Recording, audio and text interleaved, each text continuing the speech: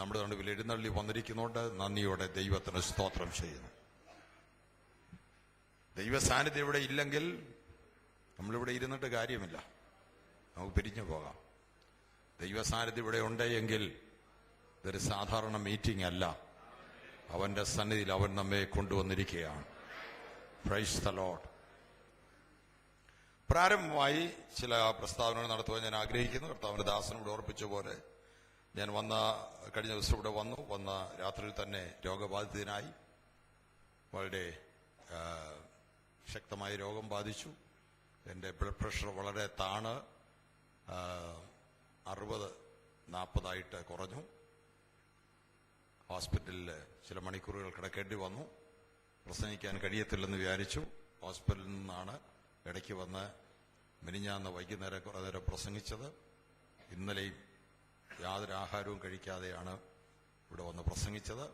ഇന്ന് കർത്താവ് രാവിലെ അത്ഭുതമായ സൗഖ്യം തന്നു, വിടുതൽ തന്നു. നന്ദിയോടെ ദൈവത്തിന് സ്തോത്രം ചെയ്യുന്നു. ഇപ്പോഴെല്ലാം നോർമലായിരിക്കുന്നു. നിങ്ങളുടെ പ്രാർത്ഥനയ്ക്ക് പ്രത്യേകം നന്ദി അറിയിക്കുന്നു. കർത്താവ് തന്റെ ശിഷ്യന്മാരോട് പറഞ്ഞു, തലപൊക്കി നോക്കുവിൻ. നിങ്ങൾ പറയും 4 മാസം കഴിഞ്ഞ് കൊയ്ത്തുള്ളെന്ന്. തലപൊക്കി നോക്ക്. കൊയ്ത്തിനു വേണ്ടി വയലുകൾ ഇപ്പോഴേ വെളുത്തിരിക്കുകയാണ്.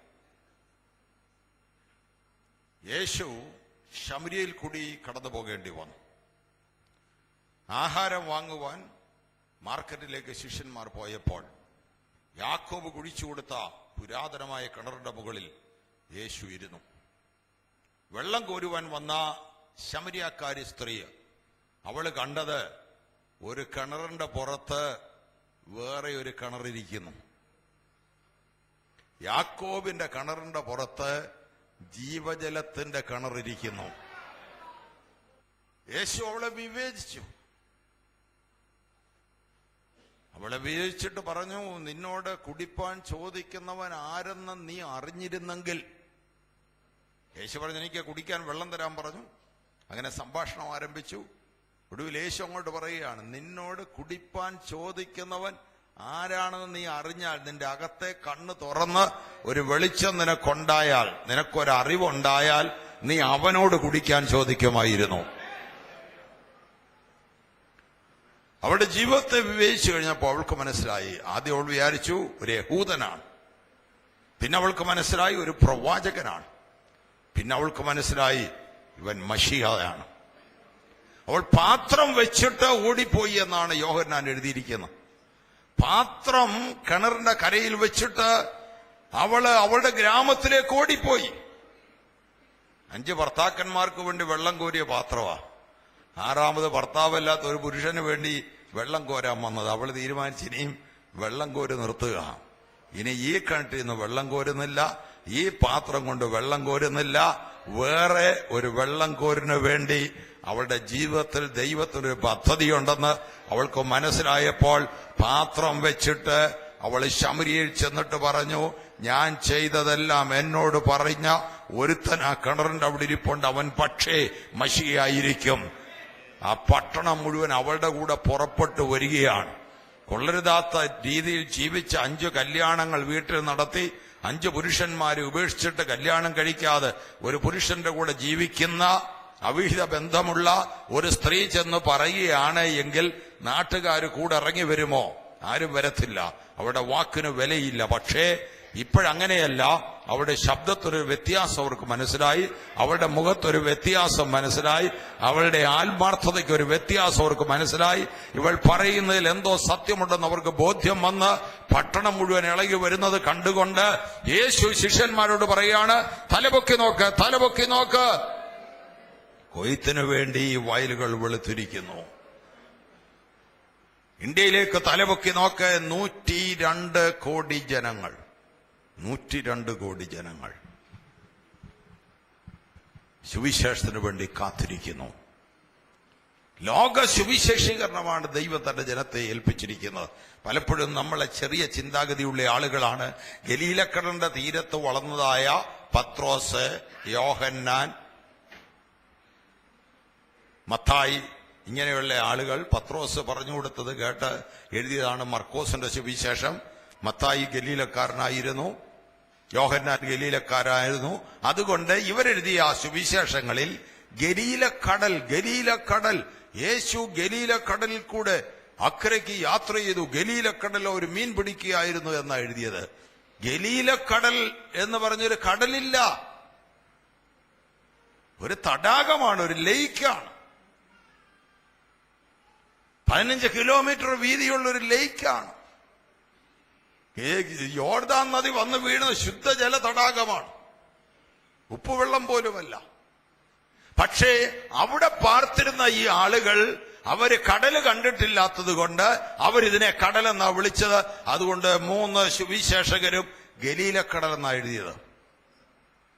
ലൂക്കോസ് ആകട്ടെ കപ്പല് കയറി വന്നയാളാ, മെഡിറ്ററേനിയൻ സീയിലൂടെ പൗലോസിന്റെ കൂടെ യാത്ര ചെയ്തയാളാ. അയാള് യൂറോപ്യനാണെന്ന് കരുതുന്നു. ഏതായാലും കടല് കണ്ടിട്ടുള്ള ലൂക്കോസ് എഴുതിയ സുവിശേഷത്തിന് വായിച്ചു നോക്കണം. ഗന്നസരേത്ത് തടാകം, യേശു ഗന്നസരേത്ത് തടാകത്തിൽ കൂടെ പടകിൽ യാത്ര ചെയ്തു. ഗന്നസരേത്ത് തടാകത്തിൽ അവർ മീൻ പിടിക്കുകയായിരുന്നു. ഒരു കൂട്ടർ എഴുതി ഗലീലക്കടലെന്ന്, വേറൊരാൾ എഴുതി ഗന്നസരേത്ത് തടാകം. ഓരോരുത്തരുടെയും പശ്ചാത്തലം അനുസരിച്ചാണ് കാഴ്ചപ്പാട്. ഈ ഗലീലയിലെ ഒരു ചെറിയ തടാകത്തെ നോക്കി കടലെന്ന് വിളിച്ച ആളുകൾക്ക് ലോകവീക്ഷണം കൊടുത്ത് റോമാപട്ടണത്തിലേക്കും ദൂരെയുള്ള ദിക്കുകളിലേക്കും അവരെ അയച്ച് സുവിശേഷം കൊണ്ട് അയച്ച യേശുവിന്റെ പദ്ധതിയാണ് വലിയ പദ്ധതി. നിന്റെ തല കുനിഞ്ഞിരിക്കുമ്പോൾ നീ വിചാരിക്കും ഇതാ ലോകം, മലയാളികളുടേതാണ് ലോകം, കേരളമാണ് ലോകം, മലയാളികളാണ് ലോകം. ഇല്ല, അങ്ങനെയുള്ള ഒരു വിളിയല്ല ദൈവം നിനക്ക് തന്നിരിക്കുന്നത്. ലോക സുവിശേഷീകരണത്തിന് വേണ്ടി നിന്റെ തല പൊക്കി നോക്കണം. Go ye into all the world and preach the gospel to every creature. ഭൂലോകമൊക്കെയും പോയി സകല സൃഷ്ടിയോടും സുവിശേഷം പ്രസംഗിപ്പീൻ. അതാണ് യേശു പറഞ്ഞത്. എല്ലായിടത്തുമുള്ള എല്ലാവരും, ലോകം മുഴുവൻ. അതുകൊണ്ടല്ലേ സെയിന്റ് തോമസ് അന്ന് പായ്ക്കപ്പല് കയറി കേരളത്തിന്റെ തീരത്ത് വന്നിറങ്ങി സുവിശേഷം അറിയിച്ച ഇന്ത്യയിൽ തന്റെ ജീവൻ കൊടുത്തത്. ലോകം മുഴുവൻ, അറിയപ്പെട്ട ലോകം മുഴുവൻ സുവിശേഷം അറിയിക്കുവാൻ അന്ന് അപ്പോസ്തലന്മാർക്ക് കഴിഞ്ഞത് അതുകൊണ്ടാണ്. യേശുവിന്റെ കൽപ്പന സ്വീകരിച്ചു. ഒരു ലോകത്തെ ചൂണ്ടിക്കൊണ്ട്, നഷ്ടപ്പെട്ട ലോകത്തെ ചൂണ്ടിക്കൊണ്ട് കർത്താവ് നമ്മളോട് പറയുന്നു, ആത്മാക്കളെ നേടുക, നഷ്ടപ്പെട്ട ആത്മാക്കളെ നേടുക. പലപ്പോഴും നമ്മുടെ ഭക്തി, നമ്മുടെ മാത്രം, ഞാനും എന്റെ ഭാര്യ എന്റെ മക്കളും ഞങ്ങൾ രക്ഷിക്കപ്പെട്ടു, ഞങ്ങൾ സ്വർഗത്തിൽ പോകണം, അല്ലെ ഞങ്ങളുടെ സഭക്കാർ, ഞങ്ങളുടെ ഡിനോമിനേഷൻ. ഈ കാഴ്ചപ്പാടല്ല കർത്താവ് തരുന്ന കാഴ്ചപ്പാട്. വിശാലമായൊരു കാഴ്ചപ്പാട്. കർത്താവ് പറയുന്നു, തലപൊക്കി നോക്ക്, തലപൊക്കി നോക്ക്. 102 കോടി ജനങ്ങൾ ഇന്ത്യയിലുണ്ട്. അവര് യേശുവിന്റെ സുവിശേഷം കേൾക്കണമെങ്കിൽ ആരവരോട് സുവിശേഷം പറയും? അവർ സുവിശേഷം കേൾക്കണ്ടേ, അവരെ അറിയിക്കണ്ടേ?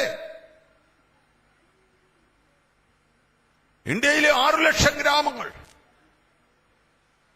ഇന്ത്യയിലെ 450 ഡിസ്ട്രിക്റ്റുകൾ, സുവിശേഷം അറിയാത്ത എത്രയോ എത്രയോ ജനകോടികൾ. 2-3% ആളുകളിൽ കൂടുതൽ സുവിശേഷം എന്താണെന്ന് അറിഞ്ഞിട്ടില്ല. ഉത്തരേന്ത്യൻ ഗ്രാമങ്ങളിൽ ചെന്നാൽ യേശു എന്ന പേര് പോലും കേട്ടിട്ടില്ലാത്ത ജനകോടികളെ ഇന്നും കാണാം. ഇവർ നിത്യ നരകത്തിലേക്ക് പോകുന്നതിന്റെ ഉത്തരവാദിത്വം വെള്ളക്കാരായ പാശ്ചാത്യരായ വിശ്വാസികളെ പിടിച്ച് കർത്താവ് ചോദിക്കത്തില്ല. ന്യായവിധി ദിവസത്തിൽ അവരോട് ചോദിക്കത്തില്ല എന്തുകൊണ്ടാണ് ഇന്ത്യക്കാർ നരകത്തിൽ പോയെന്ന്. പക്ഷെ ഇന്ത്യക്കാരായിരിക്കുന്ന വിശ്വാസികളോട് ചോദിക്കും, നിങ്ങൾ എന്തുകൊണ്ട് അവർക്ക് സുവിശേഷം കൊടുത്തില്ല?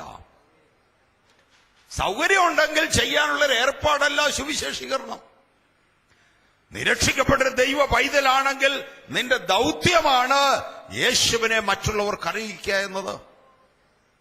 നീ ഒരു വിളക്കാണെങ്കിൽ നിന്റെ പ്രകാശം നൽകുക എന്നത് ആ വിളക്കെന്ന പേരിൽ തന്നെ അടങ്ങിയിരിക്കുന്ന കാര്യമാണ്. വെളിച്ചം കൊടുക്കാത്ത വിളക്ക് എന്തിനു കൊള്ളാം? രുചിയില്ലാത്ത ഉപ്പ് എന്തിനു കൊള്ളാം? ആത്മീയം കേവലം നമ്മുടെ മാത്രം സ്വകാര്യ വസ്തുവാക്കി വയ്ക്കുവാനല്ല കർത്താവ് നമ്മളോട് ആവശ്യപ്പെടുന്നത്. രക്ഷിക്കപ്പെട്ട ഓരോരുത്തരും മറ്റുള്ളവരെ നേടുവാൻ കർത്താവ് ആവശ്യപ്പെടുകയാണ്. ഒരു കാര്യം ഞാൻ പറയാം, രക്ഷ ദൈവത്തിന്റെ ദാനമാണ്, രക്ഷ സൗജന്യമാണ്. എന്നാൽ ദൈവസന്നിധിയിൽ ചെല്ലുമ്പോൾ, സ്വർഗത്തിൽ ചെല്ലുമ്പോൾ ഒരു പ്രതിഫലവും സൗജന്യമില്ല, ഒരു പ്രതിഫലവും ദാനം കിട്ടുകയില്ല. ഇവിടെ വലിയ വലിയ കേമന്മാരായി നടക്കുന്ന പല വിശ്വാസികളും നേതാക്കന്മാരും സ്വർഗത്തിൽ ചെന്ന് പാപ്പരായിട്ട് നടക്കേണ്ടി വരും. പാപ്പരായിട്ട് അവർക്ക് ഇത്രയും പറയാൻ പറ്റും, കഷ്ടിച്ച് രക്ഷപ്പെട്ടു, നരകത്തിൽ പോകേണ്ടി വന്നില്ല.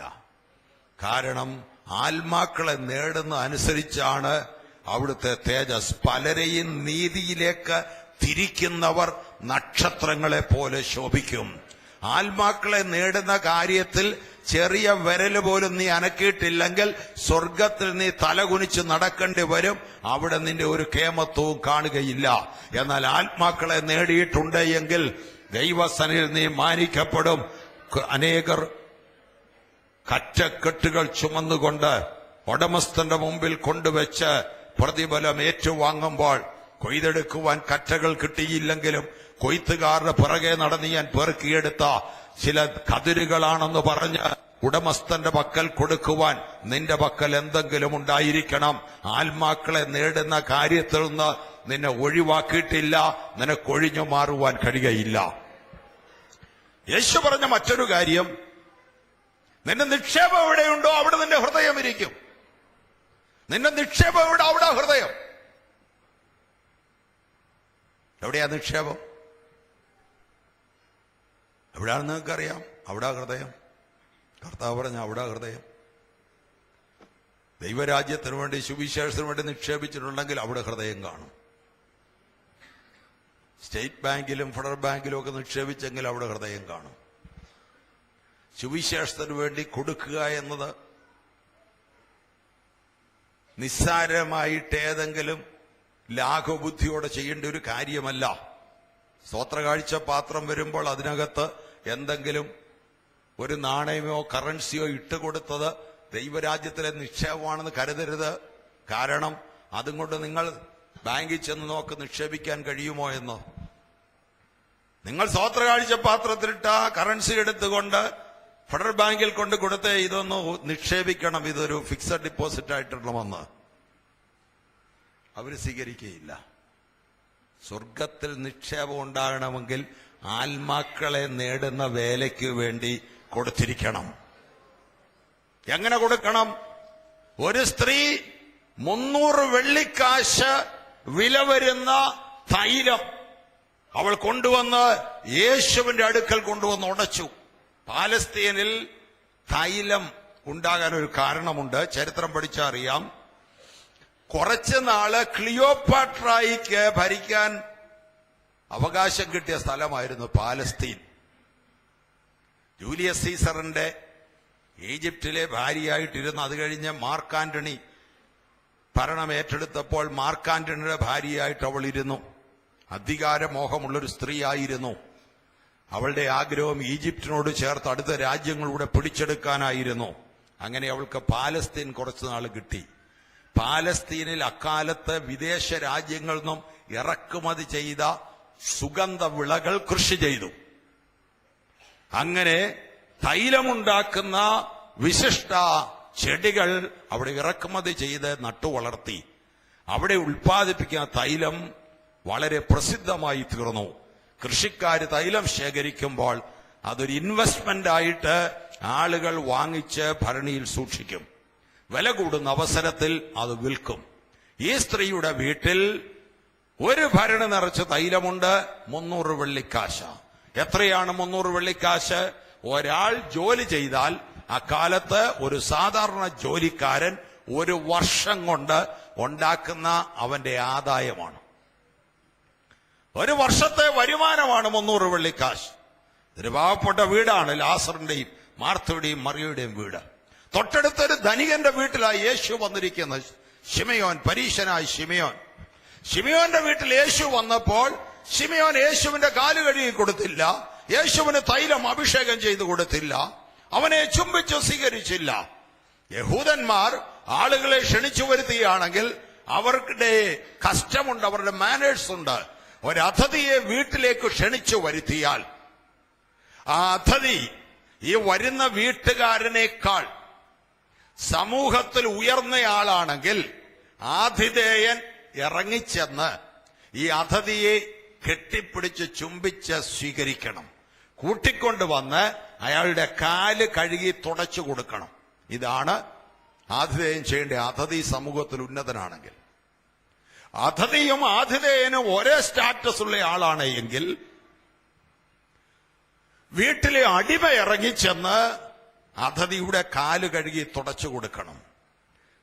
ഈ വരുന്ന അതിഥി ആതിഥേയനേക്കാൾ സ്റ്റാറ്റസ് കുറഞ്ഞയാളാണ് എങ്കിൽ വരുന്ന അതിഥി തന്നെത്താൻ കാല് കഴുകി കയറിയിരുന്നോണം. ആരും കാല് കഴുകി കൊടുക്കത്തില്ല. യേശു വന്നപ്പോൾ കാല് കഴുകി കൊടുത്തില്ല. അതിന്റെ അർത്ഥം ശിമയോൻ കാണിക്കുകയാണ്, ഞാനാ വലിയവൻ. കാര്യം ഞാൻ പറയുകയാണ്, അവള് ചെയ്ത കാര്യം കൊടുക്കുകയാണ് എങ്കിൽ അങ്ങനെയാണ് കൊടുക്കേണ്ടത്. അതാണ് സ്വർഗത്തിൽ നമ്മൾ വയ്ക്കുന്ന ഇൻവെസ്റ്റ്മെന്റ്. ഇന്ത്യയിലെ സുവിശേഷീകരണത്തിനു വേണ്ടി പ്രത്യേകിച്ച് യുവാക്കളെ കേന്ദ്രീകരിച്ച് സുവിശേഷവൽക്കരണം നടത്താൻ വേണ്ടി സുവിശേഷം 24 മണിക്കൂറും പ്രസംഗിക്കാൻ കഴിയുന്ന ഒരു ഗോസ്പൽ ടെലിവിഷൻ ചാനലിന് വേണ്ടി സെൻട്രൽ ഗവൺമെന്റിൽ ലൈസൻസിനുള്ള അപേക്ഷ കൊടുത്തിരിക്കുകയാണ്. കുറച്ച് ദൈവദാസന്മാരുടെ ഹൃദയത്തിൽ, പല സഭകളിൽപ്പെട്ട സുവിശേഷ പ്രവർത്തകരായ ദൈവദാസന്മാരുടെ ഹൃദയത്തിൽ ദൈവം നൽകിയ ആലോചന അനുസരിച്ച് കഴിഞ്ഞ 3 വർഷമായി ഒന്നിച്ചുകൂടി ആലോചിച്ച് പ്രാർത്ഥിച്ച് ഗവൺമെന്റ് നിയമം അനുസരിച്ച് അതിനുള്ള ക്രമീകരണങ്ങൾ ചെയ്തു വരികയായിരുന്നു. ഞാൻ ഇങ്ങോട്ട് പോരുന്നതിന്റെ തലേ ശനിയാഴ്ചയാണ് സാറ്റലൈറ്റ് ഗ്രൂപ്പുമായിട്ട് കരാറിൽ ഒപ്പുവെച്ചു. 3 വർഷത്തേക്ക് ഇന്ത്യ ഗവൺമെന്റ് തന്നെ ഇൻസാറ്റ് 2A എന്നറിയപ്പെടുന്ന സാറ്റലൈറ്റിൽ 4.5 മെഗാഹെർട്സ് സ്പേസ് ലഭിക്കത്തക്കവണ്ണം അഡ്വാൻസ് കൊടുത്ത് കരാറിൽ ഒപ്പിട്ടു. അപ്ലിങ്ക് ചെയ്യാനുള്ള കമ്പനിയാണ് അത് ക്രമീകരിക്കുന്ന കമ്പനി. അത് അപ്ലിങ്ക് ചെയ്യാനുള്ള കരാറിലും ഒപ്പുവെച്ചു. അതനുസരിച്ച് ഗവൺമെന്റിൽ ആപ്ലിക്കേഷൻ കൊടുത്തിരിക്കുകയാണ്. സാധാരണഗതിയിൽ കരാർ ഒപ്പിട്ടാൽ 90 ദിവസത്തിനകം ലൈസൻസ് കിട്ടും. ചിലപ്പോൾ 4 മാസം എടുക്കും. ദൈവം അനുവദിച്ചാൽ 4 മാസത്തിനകം ലഭിക്കുമെന്ന് വിശ്വസിക്കുകയാണ്. ഇത് 24 മണിക്കൂറും സുവിശേഷം അറിയിക്കുന്ന ഒരു ഗോസ്പൽ TV ചാനലാണ്. അതിൽ 1 മണിക്കൂർ ഇംഗ്ലീഷും 1 മണിക്കൂർ ഹിന്ദിയും ബാക്കി 22 മണിക്കൂർ മലയാളവുമാണ് തുടങ്ങുന്ന സമയത്ത് ആരംഭിക്കുന്നത്. പിന്നീട് 3 ചാനൽ എന്നുള്ള താല്പര്യമാണ്. ഒരു ഇംഗ്ലീഷ് ചാനൽ, ഒരു ഹിന്ദി ചാനൽ, ഒരു മലയാളം ചാനൽ. വടക്കേ ഇന്ത്യയിലുള്ളതായ ദൈവദാസന്മാർ, അതുപോലെ ഇന്ത്യയിലെ വിവിധ പ്രസ്ഥാനങ്ങൾക്ക് നേതൃത്വം കൊടുക്കുന്ന ദൈവദാസന്മാർ ഈ കാര്യത്തിൽ സഹകരിച്ചു വരുന്നു. കർത്താവിന്റെ ദാസൻ പാസ്റ്റർ D. മോഹൻ അഡ്വൈസറി ബോർഡിൽ ചെയർമാനായിട്ടിരിക്കുന്നു. മറ്റ് ദൈവദാസന്മാർ R. എബ്രഹാം, മറ്റ് നോർത്ത് ഇന്ത്യയിലെ ഡോക്ടർ അലക്സാണ്ടർ എബ്രഹാം, പഞ്ചാബിൽ പ്രവർത്തിക്കുന്ന അഗപ്പെ മിഷന്റെ ദൈവദാസൻ, ഇങ്ങനെയുള്ള ചില ദൈവദാസന്മാർ, ഡോക്ടർ മാത്യു ചാക്കോ ആദിയായവർ ഡയറക്ടർ ബോർഡിൽ അംഗങ്ങളായി പ്രവർത്തിക്കുന്നു. ഈ കാര്യത്തെക്കുറിച്ച് കൂടുതൽ അറിയുവാൻ താല്പര്യമുള്ളവർക്ക് ഇത് വലിയ ഒരു മുതൽ മുടക്കുള്ള പ്രവർത്തനമാണ്. ഇത് വളരെ റീച്ച് ഉള്ളതായ ഒരു പ്രവർത്തനമാണ്. 2 ബില്യൺ 200 കോടി ആളുകൾക്കെങ്കിലും കാണത്തക്കതായ റീച്ച് അതിനുണ്ട്. ആഫ്രിക്ക, ഏഷ്യ മുഴുവനും, part of Africa, part of Europe, ഇത്രയും സ്ഥലത്തെ കവറിംഗ് ഉള്ളതാണ് ഈ സാറ്റലൈറ്റ്. മിഡിൽ ഈസ്റ്റും എല്ലാം കവർ ചെയ്യുന്ന ഒരു സാറ്റലൈറ്റ് ആണ്. ഇത്രയും കൂടുതൽ ആളുകളെ റീച്ച് ചെയ്യും. അത്രയും സ്ഥലത്ത് അതിന്റെ പ്രക്ഷേപണം ചെന്നു ചേരും. അതനുസരിച്ച് നോക്കുമ്പോൾ മുടക്കുമുതൽ വളരെ കുറവാണ്. ഇവിടെയുള്ളതായ ആളുകൾക്ക് അതിന് പ്രോഗ്രാം നൽകാൻ കഴിയും. ഇതുപോലെയുള്ള പ്രസംഗങ്ങൾ, സുവിശേഷ പ്രസംഗങ്ങൾ മാത്രമല്ല, അതിനുവേണ്ടി പ്രത്യേകം തയ്യാറാക്കുന്ന വേദപുസ്തക അടിസ്ഥാനത്തിലുള്ളതായ സീരിയലുകൾ, അതുപോലെയുള്ള പ്രോഗ്രാമുകൾ ക്രമീകരിക്കുന്നുണ്ട്. അതിനെക്കുറിച്ച് വിശദ വിവരങ്ങൾ നിങ്ങൾക്ക് കൂടുതൽ അറിയണമെങ്കിൽ ഒരു നിങ്ങൾക്കതിനുള്ള ഒരു സന്ദർഭം ഞാൻ തരികയാണ്.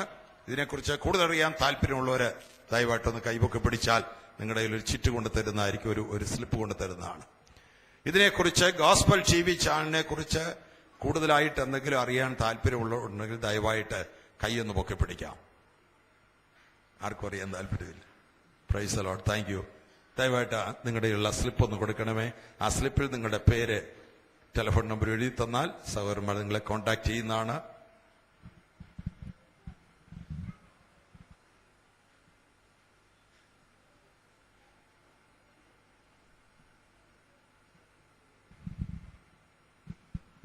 ഇവിടെ കൂടുതൽ സമയം അതിനുവേണ്ടി എടുക്കാൻ താല്പര്യമില്ല. അതുകൊണ്ടാണ് ഇപ്പോൾ നിങ്ങൾ അതിനകത്ത് നിങ്ങളുടെ പേരും ടെലിഫോൺ നമ്പറും എഴുതിയാൽ മതി. എഴുതി തന്നാൽ നിങ്ങളെ പിന്നീട് കോൺടാക്ട് ചെയ്യുന്നതായിരിക്കും. എന്താണെന്ന് ഞാൻ പറയാം. സുവിശേഷ പ്രവർത്തനത്തിനെതിരായിട്ടുള്ള ഒരു ഗവൺമെന്റ് ആയിരുന്നു ഇന്ത്യയിൽ ഭരിച്ചുകൊണ്ടിരുന്നത്. സ്റ്റെയിൻസ് എന്ന മിഷണറിയെ ഓറീസായിൽ അദ്ദേഹത്തെയും പിഞ്ചു കുഞ്ഞുങ്ങളെയും ജീവനോടെ ചുട്ടുകരിച്ചു സുവിശേഷ വിരോധികൾ. അങ്ങനെയുള്ള ആളുകൾക്ക് കവറിങ് നൽകിയിരുന്ന ഒരു വർഗീയ ഗവൺമെന്റ് ഇന്ത്യയെ ഭരിച്ചുകൊണ്ടിരുന്നു. അവർക്ക് കാലാവധി പൂർത്തിയാക്കുവാൻ പിന്നെയും 4-5 മാസങ്ങൾ ബാക്കിയുണ്ടായിരിക്കെ അവർക്ക് വൻപിച്ച ഭൂരിപക്ഷം കിട്ടും, ഉടനെ തെരഞ്ഞെടുപ്പ് നടത്തിയാലെന്ന തെറ്റിദ്ധാരണ ഉണ്ടായിട്ട് 5 മാസം മുമ്പ്, കാലാവധി പൂർത്തിയാക്കുന്നതിന് 5 മാസം മുമ്പ് ഇന്ത്യയിൽ ഇലക്ഷൻ പ്രഖ്യാപിച്ചു. ആ ഇലക്ഷനിൽ ആ ഗവൺമെന്റ് വലിയ ഭൂരിപക്ഷത്തിൽ വരും എന്ന് എല്ലാ സർവേക്കാരും, സർവേ നടത്തിയവരെല്ലാം അഭിപ്രായപ്പെട്ടു. ഇലക്ഷന് 3 ദിവസം മുമ്പ് ഇന്ത്യയിലുള്ള ദൈവഭൃത്യന്മാർ അങ്ങോട്ടും ഇങ്ങോട്ടും ടെലിഫോണിൽ കൂടെ ബന്ധപ്പെട്ട് ഒരു പ്രയർ ചങ്ങല ആരംഭിച്ചു. 3 ദിവസം ഉപവാസ പ്രാർത്ഥനകൾ നടന്നു. ഇലക്ഷൻ നടന്ന റിസൾട്ട് വന്നപ്പോൾ സോണിയാഗാന്ധി പോലും അത്ഭുതപ്പെട്ടുപോയി, എങ്ങനെയാ ജയിച്ചെന്ന്. ഇന്ത്യയിൽ വർഗീയവാദികളുടെ പാർട്ടി പരാജയപ്പെടുകയും മതസ്വാതന്ത്ര്യം നൽകുന്ന ഒരു ഗവൺമെന്റ് അധികാരത്തിൽ വരികയും ചെയ്തു. ഇത് യാദൃച്ഛികമാണെന്ന് ഞാൻ കരുതുന്നില്ല. മഹാദൈവത്തിന്റെ പദ്ധതിയിൽപ്പെട്ട കാര്യമായിരുന്നു. അനേക രാജ്യങ്ങളിലും ദൈവമക്കൾ പ്രാർത്ഥിച്ചതാണ് ഇന്ത്യക്ക് വേണ്ടി. ഇന്ത്യയിലുള്ള പീഡനങ്ങളുടെ സമയത്ത് ദൈവം പ്രാർത്ഥന കേട്ടു. അതിനുശേഷം ഡൽഹിയിൽ പല മീറ്റിങ്ങുകൾ നടന്നു. 2 മീറ്റിങ്ങുകളിൽ എനിക്ക് പങ്കെടുക്കുവാനിടയായി. ഡൽഹിയിലുള്ള പുതിയതായി തെരഞ്ഞെടുക്കപ്പെട്ട പാർലമെന്റ് അംഗങ്ങൾക്ക് വേണ്ടിയും മന്ത്രിമാർക്ക് വേണ്ടിയും ഒരു പ്രയർ മീറ്റിംഗ് താജ് ഹോട്ടലിൽ വെച്ച് നടത്തി. 15 ക്രിസ്ത്യൻ ലീഡേഴ്സിനെ ഇന്ത്യയുടെ വിവിധ ഭാഗങ്ങളിൽ നിന്ന് പ്രത്യേകം ക്ഷണിച്ചു. സംഘാടകർ എങ്ങനെയോ എന്നെ കൂടെ ആ കൂട്ടത്തിൽ വിളിച്ചു. എനിക്കും അതുകൊണ്ട് അവിടെ പോകാൻ കഴിഞ്ഞു. അവരോട് പ്രസംഗിക്കാനായിട്ട് അവർ ക്ഷണിച്ചു വരുത്തിയത് ബെന്നിഹിനെ ആയിരുന്നു. അതിനുവേണ്ടി മാത്രം 1 ദിവസത്തേക്ക് ബെന്നിഹിൻ ഇന്ത്യയിൽ വന്ന് ഈ പാർലമെന്റ് അംഗങ്ങളോടും മന്ത്രിമാരോടും പ്രസംഗിച്ചു. യേശുക്രിസ്തുവിൽ കൂടെയുള്ള രക്ഷയെക്കുറിച്ചുള്ള ദൂത് പ്രസംഗിച്ചു. കേന്ദ്രമന്ത്രിമാരൊക്കെ അദ്ദേഹത്തെ കൊണ്ട് പ്രാർത്ഥിപ്പിക്കാനായിട്ട് സ്റ്റേജിൽ കയറിച്ചില്ലെന്ന് എനിക്ക് കാണുവാനിടയായി തീർന്നു. ഒരു രാജ്യം എത്ര പെട്ടെന്നിങ്ങനെ മാറി എന്ന് അത്ഭുതപ്പെടത്തക്കവണ്ണം ഡൽഹിയിൽ തന്നെ നടന്ന കാര്യമാണ്. മറ്റൊരു മീറ്റിംഗ് നടന്നത് ദിനകരനും അദ്ദേഹത്തിന് ദൈവം ഒരു വെളിപ്പാട് കൊടുത്തു. ഒരു പ്രാർത്ഥനാ സംഘം ഇന്ത്യക്ക് വേണ്ടി രൂപീകരിക്കണം. അങ്ങനെ അദ്ദേഹം 300 പേരെ വിളിച്ചുകൂട്ടി. ആ കൂട്ടത്തിൽ കേരളത്തിൽ നിന്ന് എനിക്ക് പോകുവാനിടയായി തീർന്നു. കേരളത്തിൽ നിന്ന് ഞാൻ മാത്രമേ ഉണ്ടായിരുന്നുള്ളൂ. അവിടെ ഡൽഹിയിലെ ഷീലാ ദീക്ഷിത് എന്ന മുഖ്യമന്ത്രി, ഡൽഹി മുഖ്യമന്ത്രിയും കേന്ദ്രമന്ത്രിമാരും പാർലമെന്റ് അംഗങ്ങളും ന്യൂനപക്ഷ കമ്മീഷൻ അംഗവും എല്ലാം ആ മീറ്റിംഗിൽ പങ്കെടുത്തിരുന്നു. ഷീലാ ദീക്ഷിത് എന്ന ഡൽഹി മുഖ്യമന്ത്രി ചെയ്ത പ്രസംഗത്തിൽ അവർ പറഞ്ഞ വാചകം ഞാൻ ഓർക്കുന്നു. ഞങ്ങൾക്കൊരു കാര്യം മനസ്സിലായി, ഇന്ത്യക്ക് ചുറ്റും ഒരു പ്രാർത്ഥനാ വലയമുണ്ടെന്ന് ഞങ്ങൾക്ക് മനസ്സിലായി.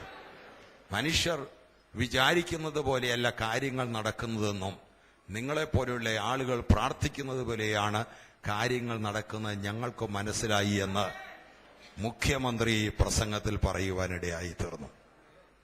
വലിയ ചലനങ്ങൾ നടന്നുകൊണ്ടിരിക്കുകയാണ്. ഈ കാര്യം ശ്രദ്ധിച്ചു കേട്ടുകൊള്ളുക. ദൈവത്തിന്റെ പദ്ധതിയിൽ ഇന്ത്യ രാജ്യത്തിന് ദൈവം വെച്ചിരിക്കുന്ന സമയം വന്നിരിക്കുന്നു. 2010 ആണ്ട് ആകുന്നതിന് മുമ്പ് 2010 ആണ്ടോട് കൂടി അടുത്ത 5 വർഷങ്ങൾ കൊണ്ട് ഇന്ത്യയിൽ അതിശക്തമായ ആത്മീയ ഉണർവുണ്ടാകുകയും ഇന്ത്യയിൽ ലക്ഷക്കണക്കിന് ആളുകൾ യേശുവിന് വേണ്ടി ഓർത്തിരിക്കുകയും ചെയ്യുന്ന സമയം വന്നിരിക്കുകയാണ്. അതിനുള്ള സമയമാണിത്. അതിനുള്ള സമയം വന്നിരിക്കുകയാണ്. കഴിഞ്ഞ ചില ആഴ്ചകൾക്ക് മുമ്പേ എനിക്ക് ഉത്തരേന്ത്യയിൽ പല സ്ഥലങ്ങളിൽ പോകാനിടയായി തീർന്നു. അവിടെ ഉണ്ടായ മാറ്റങ്ങൾ കാണാനിടയായി തീർന്നു. പാറ്റ്നയിൽ ഡോക്ടർ രാജേന്ദ്ര പ്രസാദ്, ഇന്ത്യയുടെ 1ാം പ്രസിഡന്റ്, ജനിച്ചു വളർന്ന അദ്ദേഹത്തിന്റെ വീട് ഒരു ട്രസ്റ്റ് ഏറ്റെടുത്തൊരു മെമ്മോറിയലായിട്ട് സൂക്ഷിച്ചിരിക്കുക. അതിന്റെ മൈതാനമാണ് മുറ്റം ഒരു വലിയ മൈതാനം. ആ മൈതാനം അതിന്റെ ട്രസ്റ്റിന്റെ ആളുകളോട് ചോദിച്ചു വാങ്ങി ആദ്യമായിട്ടൊരു സുവിശേഷ യോഗം അവിടെ നടത്തുകയാണ്. യോഗം നടത്താൻ തുടങ്ങിയപ്പോൾ അവിടെ വലിയ എതിരുണ്ടായി. RSകാരായിരിക്കുന്ന ആളുകൾ വന്ന് ഉപദ്രവിക്കാനൊക്കെ വന്നു. എങ്കിലും ഞാനാണ് 3 ദിവസം അവിടെ പ്രസംഗിച്ചത്. 1000-ലധികം ആളുകൾ, അത് ഹൈ കാസ്റ്റ് ഹിന്ദുസാണ്. അവർ പറഞ്ഞു ഞങ്ങൾക്ക് കേൾക്കണം. ഉപദ്രവിക്കാൻ വന്ന ആളുകളെ അവരോടിച്ചു. അവർ പറഞ്ഞു ഞങ്ങൾക്കറിയണം ഇതെന്താണെന്ന്. ഇവരെന്താ കുഴപ്പം പറയുന്നത്, ഞങ്ങൾ കേൾക്കട്ടെ. അതിൽ 800-ലധികം ആളുകൾ രക്ഷിക്കപ്പെടാനായിട്ട് എഴുന്നേറ്റ് നിന്നു. അനേകർക്ക് കർത്താവ് സൗഖ്യം കൊടുത്തു. പിറ്റേ ആഴ്ച തന്നെ അവിടെ സഭ ആരംഭിച്ചു. 40-ലധികം ആളുകൾ സ്നാനപ്പെട്ട് ഇപ്പോൾ അവിടെ സഭായോഗം നടന്നു വരികയാണ്. ചില ആഴ്ചകളെ ആയുള്ളൂ. ഞാൻ ഇവിടെ വില്ലൻ ലീവ് വന്ന് പ്രസംഗിച്ചിട്ട് ആ ആഴ്ച ഞാനിവിടെ ഉണ്ടായിരുന്നു. ഇവിടെ നേരെ ഞാൻ പോയത് ഭോപ്പാലിനായിരുന്നു. ഭോപ്പാലിൽ നിന്ന് പാറ്റ്നയിലേക്കാണ് പോയത്. നവാപൂർ എന്ന സ്ഥലത്താണ് അതിന്റെ അടുത്ത ആഴ്ച കൺവെൻഷൻ ഉണ്ടായിരുന്ന. മഹാരാഷ്ട്രയിൽ നവാപൂരിൽ, ഗുജറാത്തിന്റെയും മഹാരാഷ്ട്രയുടെയും ബോർഡറാണ്. കഴിഞ്ഞ വർഷം ഈ സമയത്ത് 90 പള്ളികൾ കത്തിച്ചു കളഞ്ഞ സ്ഥലമാണ് നവാപൂർ ഏറിയ. ആദിവാസികളാണ്. അവരുടെ കൺവെൻഷൻ നടക്കുകയാണ്. ഡോക്ടർ തോമസ് മാത്യു, രാജസ്ഥാനിലുള്ള ദൈവദാസൻ, എല്ലാ വർഷവും നടത്തുന്ന കൺവെൻഷനാണ്. ഈ വർഷത്തെ കൺവെൻഷനിൽ 50,000 ആളുകളാണ് പങ്കെടുത്തത്. 50,000 ആളുകൾ. കേന്ദ്രമന്ത്രി ഉണ്ടായിരുന്നു കൺവെൻഷനിൽ പങ്കെടുക്കുവാൻ. കേന്ദ്രമന്ത്രി ആ നാട്ടുകാരനാണ്, അല്ല ഒരു ട്രൈബൽ വംശജനാണ്. അദ്ദേഹം വിശ്വാസിയല്ല. എന്നാൽ അദ്ദേഹത്തിന്റെ ആ പാർലമെന്റ്, ആ നിയോജകമണ്ഡലത്തിൽ അത്രയും ആളുകൾ കൂടുന്ന ഒരു യോഗമുണ്ടെന്നറിഞ്ഞ് അദ്ദേഹം വന്നതാണ്. 50,000 ആളുകൾ വന്ന് ദൈവവചനം കേൾക്കുവാൻ. രക്ഷിക്കപ്പെട്ടവരല്ല. പകുതി ആളുകൾ വിശ്വാസികളാണ്, ബാക്കി ആളുകൾ വചനം കേൾക്കുവാൻ വരികയാണ്. ആളുകൾക്ക് ദാഹമാണ്, ആളുകൾക്ക് താല്പര്യമാണ്. ഇതെങ്ങനെ സംഭവിക്കുമെന്ന് ചോദിച്ചാൽ ദൈവത്താൽ സംഭവിക്കുന്നു. ഇതാ നമ്മുടെ രാജ്യത്തിന്റെ സമയം വന്നിരിക്കുന്നു. ഏതെങ്കിലും ഒരു ഗ്രാമം നിങ്ങൾ ദത്തെടുക്കണം. ഉത്തരേന്ത്യയിലെ ജാതികളുടെ പ്രവർത്തിക്കുന്ന ഏതെങ്കിലും ഒരു സുവിശേഷകനെ നിങ്ങൾ സഹായിക്കണം. ഉത്തരേന്ത്യയിലെ ജാതികളുടെ പ്രവർത്തിക്കുന്നവർക്ക് വളരെ കഷ്ടപ്പെട്ടാണ് അവിടെ പ്രവർത്തിക്കുന്നത്. അവരെ പട്ടിണി കിടന്നുകൊണ്ട്, തല്ലുകൊണ്ടുകൊണ്ട്, ഉപദ്രവം സഹിച്ചുകൊണ്ട്, അവരുടെ അകത്ത് ദൈവം കൊടുത്ത ദർശനം കൊണ്ട് മാത്രം അവരവിടെ നിൽക്കുകയാണ്. അങ്ങനെയുള്ള ആളുകളെ കണ്ടെത്തി അവരെ സഹായിക്കുകയും നാട്ടിൽ അവധിക്ക് പോകുമ്പോൾ ചില ദിവസമെങ്കിലും അങ്ങനെയുള്ള സ്ഥലങ്ങളിൽ പോയി കർത്താവിന്റെ വേലയിൽ പങ്കാളികളാകണം. കാരണം നിത്യതയ്ക്ക് വേണ്ടി സൃഷ്ടിക്കപ്പെട്ടവരാണ് നമ്മൾ. നമ്മുടെ ജീവിതത്തിന്റെ മാറ്ററിയുന്നത് നിത്യതയിലാണ്, ഇവിടെയല്ല. സ്തോത്രം. ഞാനിങ്ങനെ പറഞ്ഞു പോയാൽ ഇന്ന് പ്രസംഗിക്കാനൊക്കത്തില്ല. ദൈവവചനം വായിച്ച് തുടർന്ന് സംസാരിക്കാൻ ആഗ്രഹിക്കുന്നു. യോഹന്നാന്റെ സുവിശേഷം 14-ാം അധ്യായത്തിന്റെ 6-ാം വാക്യം. യേശുവിനോട്, ഞാൻ തന്നെ വഴിയും സത്യവും ജീവനുമാകുന്നു, ഞാൻ മുഖാന്തരമല്ലാതെ ആരും പിതാവിന്റെ അടുക്കൽ എത്തുന്നില്ല. ഞാൻ തന്നെ വഴിയും സത്യവും ജീവനുമാകുന്നു, ഞാൻ മുഖാന്തരമല്ലാതെ ആരും പിതാവിന്റെ അടുക്കൽ എത്തുന്നില്ല. തലമുണയ്ക്ക് ഒരു നിമിഷം പ്രാർത്ഥിക്കാം. പരിശുദ്ധനായ പ്രിയ പിതാവേ, അവിടുത്തെ തിരുവചനത്തിനായി സ്തോത്രം. ഇന്ന് രാത്രി വചനത്തെ പ്രകാശിപ്പിച്ച് ഞങ്ങളോട് തുറന്ന് സംസാരിക്കണമേ. അവിടുത്തെ ശബ്ദം കേൾക്കുവാൻ ഞങ്ങൾ കാത്തിരിക്കുന്നു. യേശുവിന്റെ നാമത്തിൽ തന്നെ.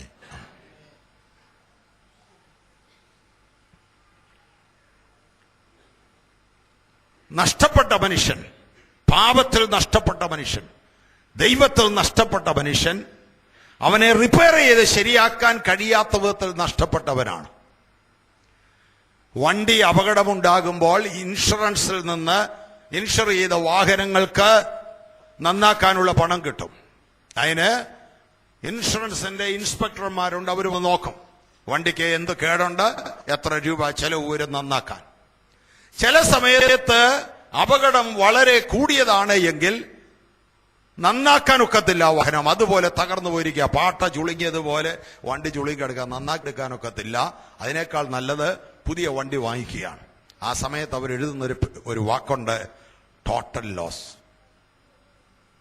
നന്നാക്കാൻ ടോട്ടൽ ലോസ്, മുഴുവൻ പോയിരിക്കുക, നന്നാക്കാൻ ഒക്കെയില്ല.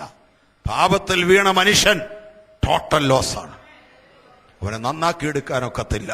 ദുർഗുണ പരിഹാര പാഠശാലയിലോ കാരാഗ്രഹത്തിലോ നിയമത്തിന് മുമ്പിലോ കൊണ്ടുവന്ന് അവനെ നന്നാക്കിയെടുക്കാനൊക്കത്തില്ല. വിദ്യാഭ്യാസം കൊണ്ടോ പരിഷ്കാരം കൊണ്ടോ അവനെ നന്നാക്കിയെടുക്കാനൊക്കത്തില്ല. ഒറ്റ മാർഗമേ ഉള്ളൂ, അവനെ പുതുതായി സൃഷ്ടിച്ചെടുക്കണം. ഒരുത്തൻ ക്രിസ്തുവിലായാൽ അവൻ പുതിയ സൃഷ്ടിയാണ്. പഴയത് മുഴുവൻ കഴിഞ്ഞുപോയി, ക്രിസ്തുവിലൂടെ പുതിയ സൃഷ്ടിയാക്കുകയാണ്. യേശു പറഞ്ഞു, ദൈവത്തെങ്കിലേക്കുള്ള വഴി ഞാനാണ്, ദൈവത്തെങ്കിലേക്കുള്ള സത്യം ഞാനാണ്, ദൈവത്തിന്റെ ജീവൻ മനുഷ്യൻ ലഭിക്കുന്നത് എന്നിലൂടെയാണ്.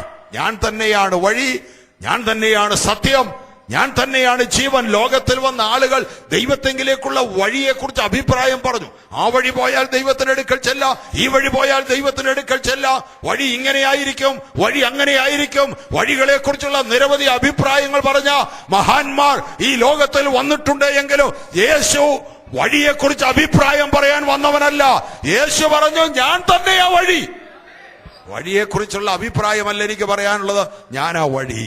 സത്യം എന്താണ്? പീലാത്തോസ് ചോദിച്ചു, സത്യം എന്താണ്?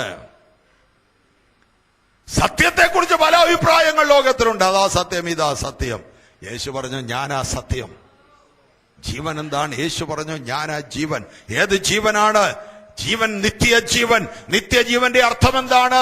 നിത്യജീവന്റെ അർത്ഥം പലപ്പോഴും നമ്മൾ ധരിച്ചു വച്ചിരിക്കുന്ന അവസാനമില്ലാത്ത ജീവനെന്നോ അനന്ത ജീവനെന്നോ അതിന്റെ ദൈർഘ്യത്തെ കുറിച്ചാണ് നിത്യജീവൻ എന്ന് നാം പറയുന്നത്. ദൈർഘ്യം അതല്ല നിത്യജീവൻ. നിത്യജീവൻ അതിന്റെ ക്വാളിറ്റിയാണ്, അതിന്റെ ഗുണമേന്മയാണ്.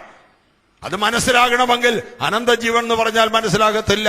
നിത്യജീവൻ എന്ന് പറഞ്ഞാൽ അതിന്റെ യഥാർത്ഥ അർത്ഥം ദൈവജീവൻ എന്നാണ്. യേശുവാണ് മനുഷ്യന് ദൈവജീവൻ നൽകുന്നത്. യഹൂദന്മാർക്ക് വളരെ മനസ്സിലാകുന്ന 3 വാക്കുകളാണ് യേശു ഉപയോഗിച്ചത്, വഴിയും സത്യവും ജീവനും. കാരണം അവരുടെ ആരാധനാ സ്ഥലത്തിന് ഓരോ ഭാഗത്തിന് അവർ ഈ പേരിട്ടിരുന്നു. സമാഗമന കൂടാരത്തിന്റെ പ്രാകാരത്തെ അവർ വഴിയെന്ന് വിളിച്ചിരുന്നു. വിശുദ്ധ സ്ഥലത്തുള്ള വിശുദ്ധ സ്ഥലത്തെ അവര് സത്യമെന്ന് വിളിച്ചിരുന്നു. അതിപരിശുദ്ധ സ്ഥലത്തെ അവർ ജീവനെന്ന് വിളിച്ചിരുന്നു. അവർക്കറിയാം വഴിയെന്ന് പറഞ്ഞാൽ എന്താണ്, സത്യമെന്ന് പറഞ്ഞാൽ എന്താണ്, ജീവനെന്ന് പറഞ്ഞാൽ എന്താണ്. യേശു പറഞ്ഞു, ഞാനാ വഴി. പ്രാകാരത്തിലിരിക്കുന്ന യാഗപീഠവും താമ്രത്തൊട്ടിയും ഞാൻ തന്നെയാണ്. വിശുദ്ധ സ്ഥലത്തിരിക്കുന്ന നിലവിളക്കും കാഴ്ചയപ്പത്തിന്റെ മേശയും ധൂപപീഠവും ഞാൻ തന്നെയാണ്. അതിപരിശുദ്ധ സ്ഥലത്തിരിക്കുന്ന പെട്ടകവും അതിന്മേലുള്ള കൃപാസനവും ഞാൻ തന്നെയാണ്. ഞാനാണ് വഴി, ഞാനാണ് സത്യം, ഞാനാണ് ജീവൻ. ആദ്യം സമാഗമന കൂടാരത്തിലേക്ക് കയറി വരികയാണെങ്കിൽ പ്രാകാരത്തിലേക്ക് കയറി വരുമ്പോൾ അവിടെ 2 ഉപകരണങ്ങളാണുള്ളത്. കയറി വരുമ്പോൾ ആദ്യം ഇരിക്കുന്ന യാഗപീഠം, രണ്ടാമത് താമ്രത്തൊട്ടി. ആര് വന്നാലും ആദ്യം യാഗപീഠത്തിന്റെ അടുക്കൽ വരാതെ ഇതിനകത്ത് പ്രവേശിക്കാൻ കഴിയുകയില്ല. ദൈവത്തെങ്കിലേക്കുള്ള വഴിയിൽ ആദ്യം നിൽക്കുന്ന ഒരു യാഗപീഠമാ. ഏത് യാഗപീഠമാണെന്നറിയാമോ? കാൽവറിയിൽ നിനക്ക് വേണ്ടി യാഗമായി തീർന്ന യേശു ക്രിസ്തുവിന്റെ യാഗപീഠമാണ്. കാൽവറി യാഗമായ യേശു ക്രിസ്തുവിലൂടെ അല്ലാതെ ഒരാൾക്ക് ദൈവവുമായിട്ടുള്ള നിരപ്പിലേക്ക് വരുവാൻ കഴിയയില്ല. ഞാൻ മുഖാന്തരമല്ലാതെ ആരും പിതാവിന്റെ അടുക്കൽ എത്തുന്നില്ല. ദൈവത്തിൽ നിന്ന് അന്യപ്പെട്ട മനുഷ്യനെ ദൈവത്തോട് നിരപ്പിക്കുവാൻ ഇടയ്ക്കൊരു മധ്യസ്ഥൻ വേണം. യേശുവാണ് ആ മധ്യസ്ഥൻ. മധ്യസ്ഥന് ഏറ്റവും കുറഞ്ഞ 2 യോഗ്യത വേണം. മധ്യസ്ഥന് 2 കക്ഷികൾ തമ്മിൽ തർക്കമുണ്ടാകുമ്പോഴാണ് മധ്യസ്ഥനെ ആവശ്യം. സാധാരണഗതിയിൽ നമ്മുടെ നാട്ടിലൊക്കെ മധ്യസ്ഥ വേണ്ടി വരുന്ന അതിര് തർക്കമുണ്ടാകുമ്പോഴാണ്. വേലി കെട്ടാൻ നേരത്തോ മതിൽ കെട്ടാൻ നേരത്തോ അയൽക്കാർ അതിന് വഴക്കിടുമ്പോഴാണ് പഞ്ചായത്ത് മെമ്പറെയോ MLA ഒക്കെ വിളിച്ചുകൊണ്ട് വരും അതിര് തർക്കത്തിന് മധ്യസ്ഥനായിട്ട് വിളിച്ചുകൊണ്ട് വരുമ്പോൾ ഈ 2 കൂട്ടരെക്കാളും സമൂഹത്തിൽ സ്റ്റാറ്റസ് ഉള്ള, അല്ലെങ്കിൽ 2 കൂട്ടരിൽ ഏറ്റവും സ്റ്റാറ്റസ് ഉള്ള ആളിന്റെ ഒപ്പമെങ്കിലും സ്റ്റാറ്റസ് ഉള്ള ഒരാൾ വന്നാലേ മധ്യസ്ഥനാകാനൊക്കത്തുള്ളൂ. വഴിയെ പോകുന്ന ഭിക്ഷക്കാരൻ പറയുക, ഇന്ന് നിങ്ങൾ വഴക്കിട്ടണ്ട, നാളെ എനിക്ക് സമയമുണ്ട് വന്ന് പ്രശ്നം തീർക്കാമെന്ന് പറഞ്ഞാൽ 2 കൂട്ടരും കൂടെ അവനെ ഓടിക്കും. ഒന്നുകിൽ panchayat member, panchayat president, MLA ആരെങ്കിലും വേണം, സ്റ്റാറ്റസ് ഉള്ള ആളായിരിക്കണം. ഇവിടെ ദൈവവും ഭാവിയുമായിട്ടാണ് പ്രശ്നം. ദൈവവും ഭാവിയുമായിട്ടുള്ള പ്രശ്നത്തിൽ ഇടയ്ക്ക് മധ്യസ്ഥനായി നിൽക്കണമെങ്കിൽ ഭാവിയായ മറ്റൊരു മനുഷ്യന് കഴിയത്തില്ല. ദൈവത്തിന്റെ ഒപ്പം സ്റ്റാറ്റസ് ഉള്ള ഒരാൾക്ക് മാത്രമേ കഴിയത്തുള്ളൂ. ദൈവം ഒരുവനല്ലോ, ദൈവത്തിനും മനുഷ്യർക്കും ഇടയിൽ മധ്യസ്ഥനും ഒരുവൻ, എല്ലാവർക്കും വേണ്ടി മറുവിലയായി തീർന്ന മനുഷ്യനായ ക്രിസ്തുയേശു തന്നെ. രണ്ടാമത്തെ കാര്യം, മധ്യസ്ഥന് ഉണ്ടായിരിക്കേണ്ട രണ്ടാമത്തെ ഗുണം എന്താണോ ഇവർ തമ്മിലുള്ള പ്രശ്നം, ആ പ്രശ്നം മധ്യസ്ഥന്റെ ജീവിതത്തിൽ ഉണ്ടാകാൻ പാടില്ല. എന്ന് പറഞ്ഞാൽ അതിരുതർക്കം തീർക്കാൻ വരുന്ന ആള് അയാളുടെ വീടിന് 4 വശത്തുള്ള അതിരുതർക്കം ഉണ്ടാക്കി കേസും കൊടുത്തവനാണെങ്കിൽ, അവൻ വരികയാണെങ്കിൽ ഇവർ പറയും ആദ്യം പോയി തന്റെ പ്രശ്നം തീർക്കാൻ പറയും. പാപിയും ദൈവവുമായിട്ടുള്ള പ്രശ്നം തീർക്കാൻ പാപിയായ ഒരു മനുഷ്യനെ കൊണ്ട് സാധിക്കയില്ല. പാപമില്ലാത്തൊരുവനെ കൊണ്ട് സാധിക്കത്തുള്ളൂ. ഈ യോഗ്യതയുള്ള ഒറ്റ മധ്യസ്ഥനേ ഉള്ളൂ. മനസ്സിലായവർ ദൈവത്തിന് സ്തോത്രം ചെയ്യാം. യേശു ക്രിസ്തു സ്തോത്രം. യാഗപീഠത്തിങ്കൽ ഒരാട്ടിൻകുട്ടിയെ അറുക്കുവാൻ കൊണ്ട് കെട്ടിവെച്ചിരിക്കുകയാണ്. യാഗപീഠത്തോട് ചേർത്ത് യാഗപുരത്തെ കെട്ടുവിരുന്ന് നാം വായിക്കുന്നു. ചേർത്ത് കെട്ടിയാൽ അതിന്റെ അർത്ഥം യാഗം കഴിക്കുവാൻ പോകുകയാണ്. ആ ആടിനെ അറുത്തു. എന്നാൽ യെരൂശലേമില് എത്ര ആടുകളെ ദൈവാലയത്തിൽ അറുത്തിട്ടുണ്ടെങ്കിലും ആട്ടുകൊറ്റന്മാരുടെയും കാളക്കിടാക്കളുടെയും രക്തത്തിന് പാപങ്ങളെ നീക്കുവാൻ ഒരു നാളും കഴിയുന്നതല്ല. അതെല്ലാം നിഴൽ മാത്രമായിരുന്നു, പ്രതീകങ്ങൾ മാത്രമായിരുന്നു. എന്നാൽ മനുഷ്യവർഗത്തിന്റെ പാപത്തെ ചുമന്നുകൊണ്ട് കാൽവരി മലയുടെ ഉയരത്തിൽ കയറിയ യേശുവിന്റെ യാഗത്തിൽ മാത്രമാണ് മനുഷ്യന്റെ പാപം മോചിക്കുന്നത്. ആട്ടുകൊറ്റന്മാരുടെയും കാളക്കിടാക്കളുടെയും രക്തത്തിന് പാപങ്ങളെ നീക്കുവാൻ ഒരു നാളും കഴിയുന്നല്ല. അപ്പോൾ ഞാൻ പറഞ്ഞു, ഇതാ ഞാൻ വരുന്നു, പുസ്തകത്തിലുള്ള എന്നെ കുറിച്ച് എഴുതിയിരിക്കുന്നു. ദൈവമേ, നിന്റെ ഇഷ്ടം ചെയ്യുവാൻ ഞാൻ പ്രിയപ്പെടുന്നു.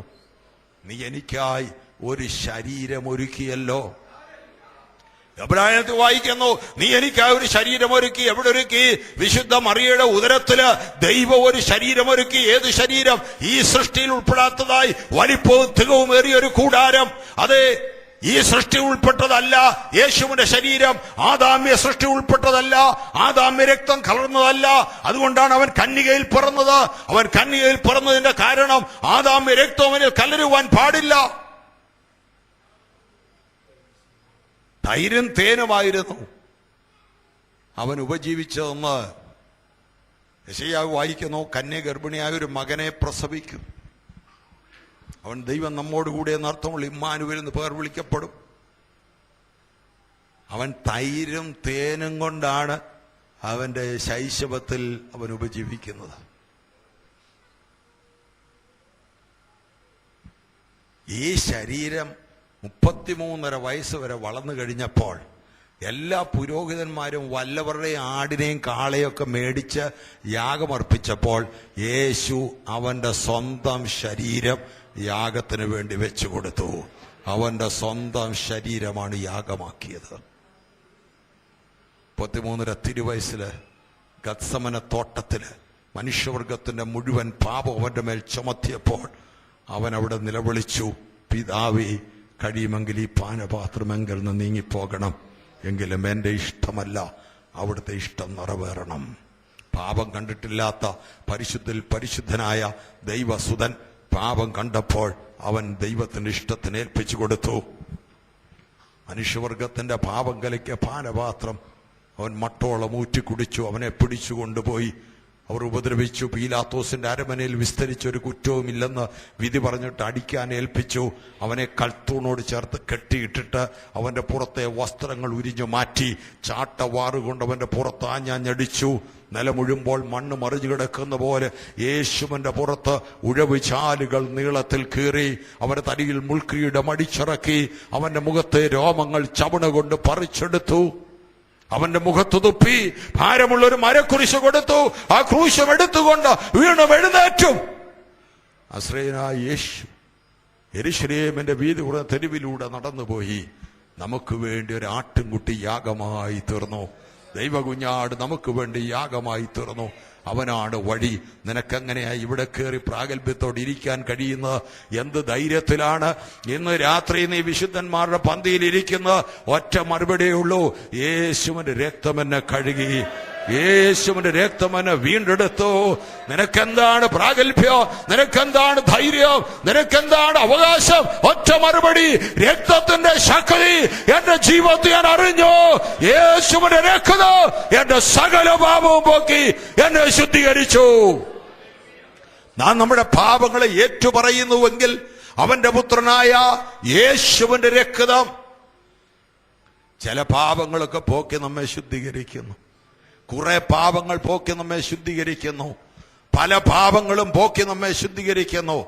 അങ്ങനെയല്ല, നാം നമ്മുടെ പാപങ്ങളെ ഏറ്റുപറയുന്നുവെങ്കിൽ അവന്റെ പുത്രനായ യേശുവിന്റെ രക്തം എത്ര പാപങ്ങൾ സകല പാപങ്ങളും പോക്കി നമ്മെ ശുദ്ധീകരിക്കുന്നു. അതിനർത്ഥം യേശുവിന്റെ രക്തം നിന്നെ കഴുകിയ പിന്നെ ഒട്ടും ബാക്കിയില്ല, കറ പോലുമില്ല, പാട് പോലുമില്ല. അതുകൊണ്ടാണ് നീ വിശുദ്ധനായിരിക്കുന്നത്. ഇവിടെ വന്ന് തലകുനിച്ച് പ്രാഗൽഭ്യമില്ലാതെ ഇന്ന് രാത്രി നീ ഇരിക്കേണ്ട കാര്യമില്ല. നിനക്ക് യേശുവിന്റെ രക്തത്തിന് വിശ്വാസമുണ്ടെങ്കിൽ ഇന്ന് രാത്രി പ്രാഗൽഭ്യത്തോടെ അവനെ സ്തുതിക്കാൻ കഴിയും. രക്തമെന്നെ കഴുകി, രക്തമെന്നെ ശുദ്ധീകരിച്ചു. ഹല്ലേലൂയ. യാഗപീഠത്തെങ്കിൽ രക്തത്തിന്റെ ശുദ്ധീകരണമാണ് നടക്കുന്നെങ്കിൽ തൊട്ടടുത്തിരിപ്പുണ്ട് താമ്രത്തൊട്ടി. ആ താമ്രത്തൊട്ടിയിലുള്ള വെള്ളം വചനമാണ്, ദൈവവചനം. വചനത്തിന്റെ ശുദ്ധീകരണം. യേശുവിന്റെ രക്തം നിന്നെ കഴുകുക മാത്രമല്ല, വചനം നിന്നെ ശുദ്ധീകരിക്കുന്നു. ദൈവത്തിന്റെ വചനവും യേശുവിന്റെ രക്തവും കൂടെ ചേർത്ത് പരിശുദ്ധാത്മാവ് ചെയ്യുന്ന പ്രവൃത്തിയുടെ പേരാണ് രക്ഷ.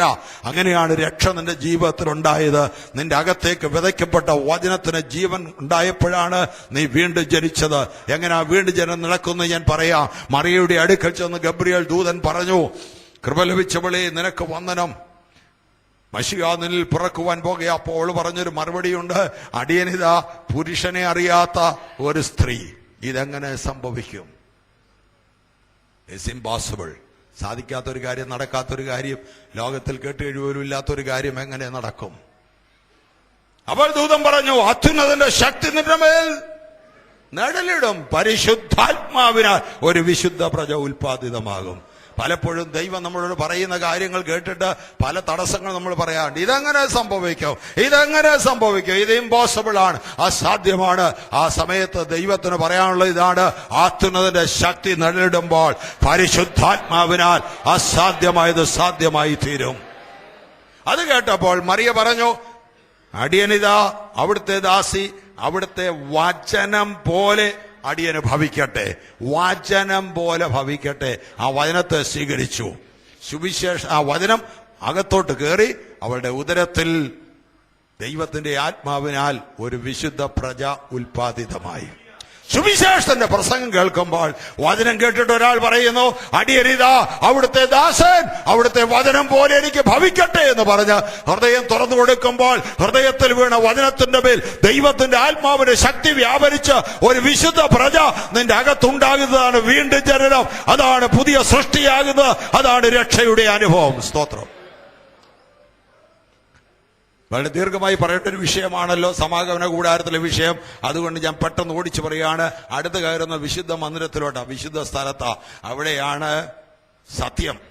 സത്യം അവിടെയാ. പക്ഷെ അതിനകത്ത് എല്ലാവർക്കും കയറാൻ പറ്റില്ല. അതിനകത്ത് കയറാൻ പുരോഹിതന്മാർക്ക് മാത്രമേ ഒക്കത്തുള്ളൂ. ലേവ്യക്കാർക്കും സാധാരണ ഭക്തജനങ്ങൾക്കും പ്രാകാരം വരെ വരാം. വിശുദ്ധ സ്ഥലത്ത് കയറണമെങ്കിൽ പുരോഹിതന്മാർക്ക് ഒക്കത്തുള്ളൂ. ആരാ പുരോഹിതന്മാർ? അന്ധകാരത്തിൽ നിന്ന് തന്റെ അത്ഭുത പ്രകാശത്തിലേക്ക് വിളിച്ചവന്റെ സൽഗുണങ്ങളെ ഘോഷിപ്പാൻ തക്കവണ്ണം തെരഞ്ഞെടുക്കപ്പെട്ടൊരു ജാതിയും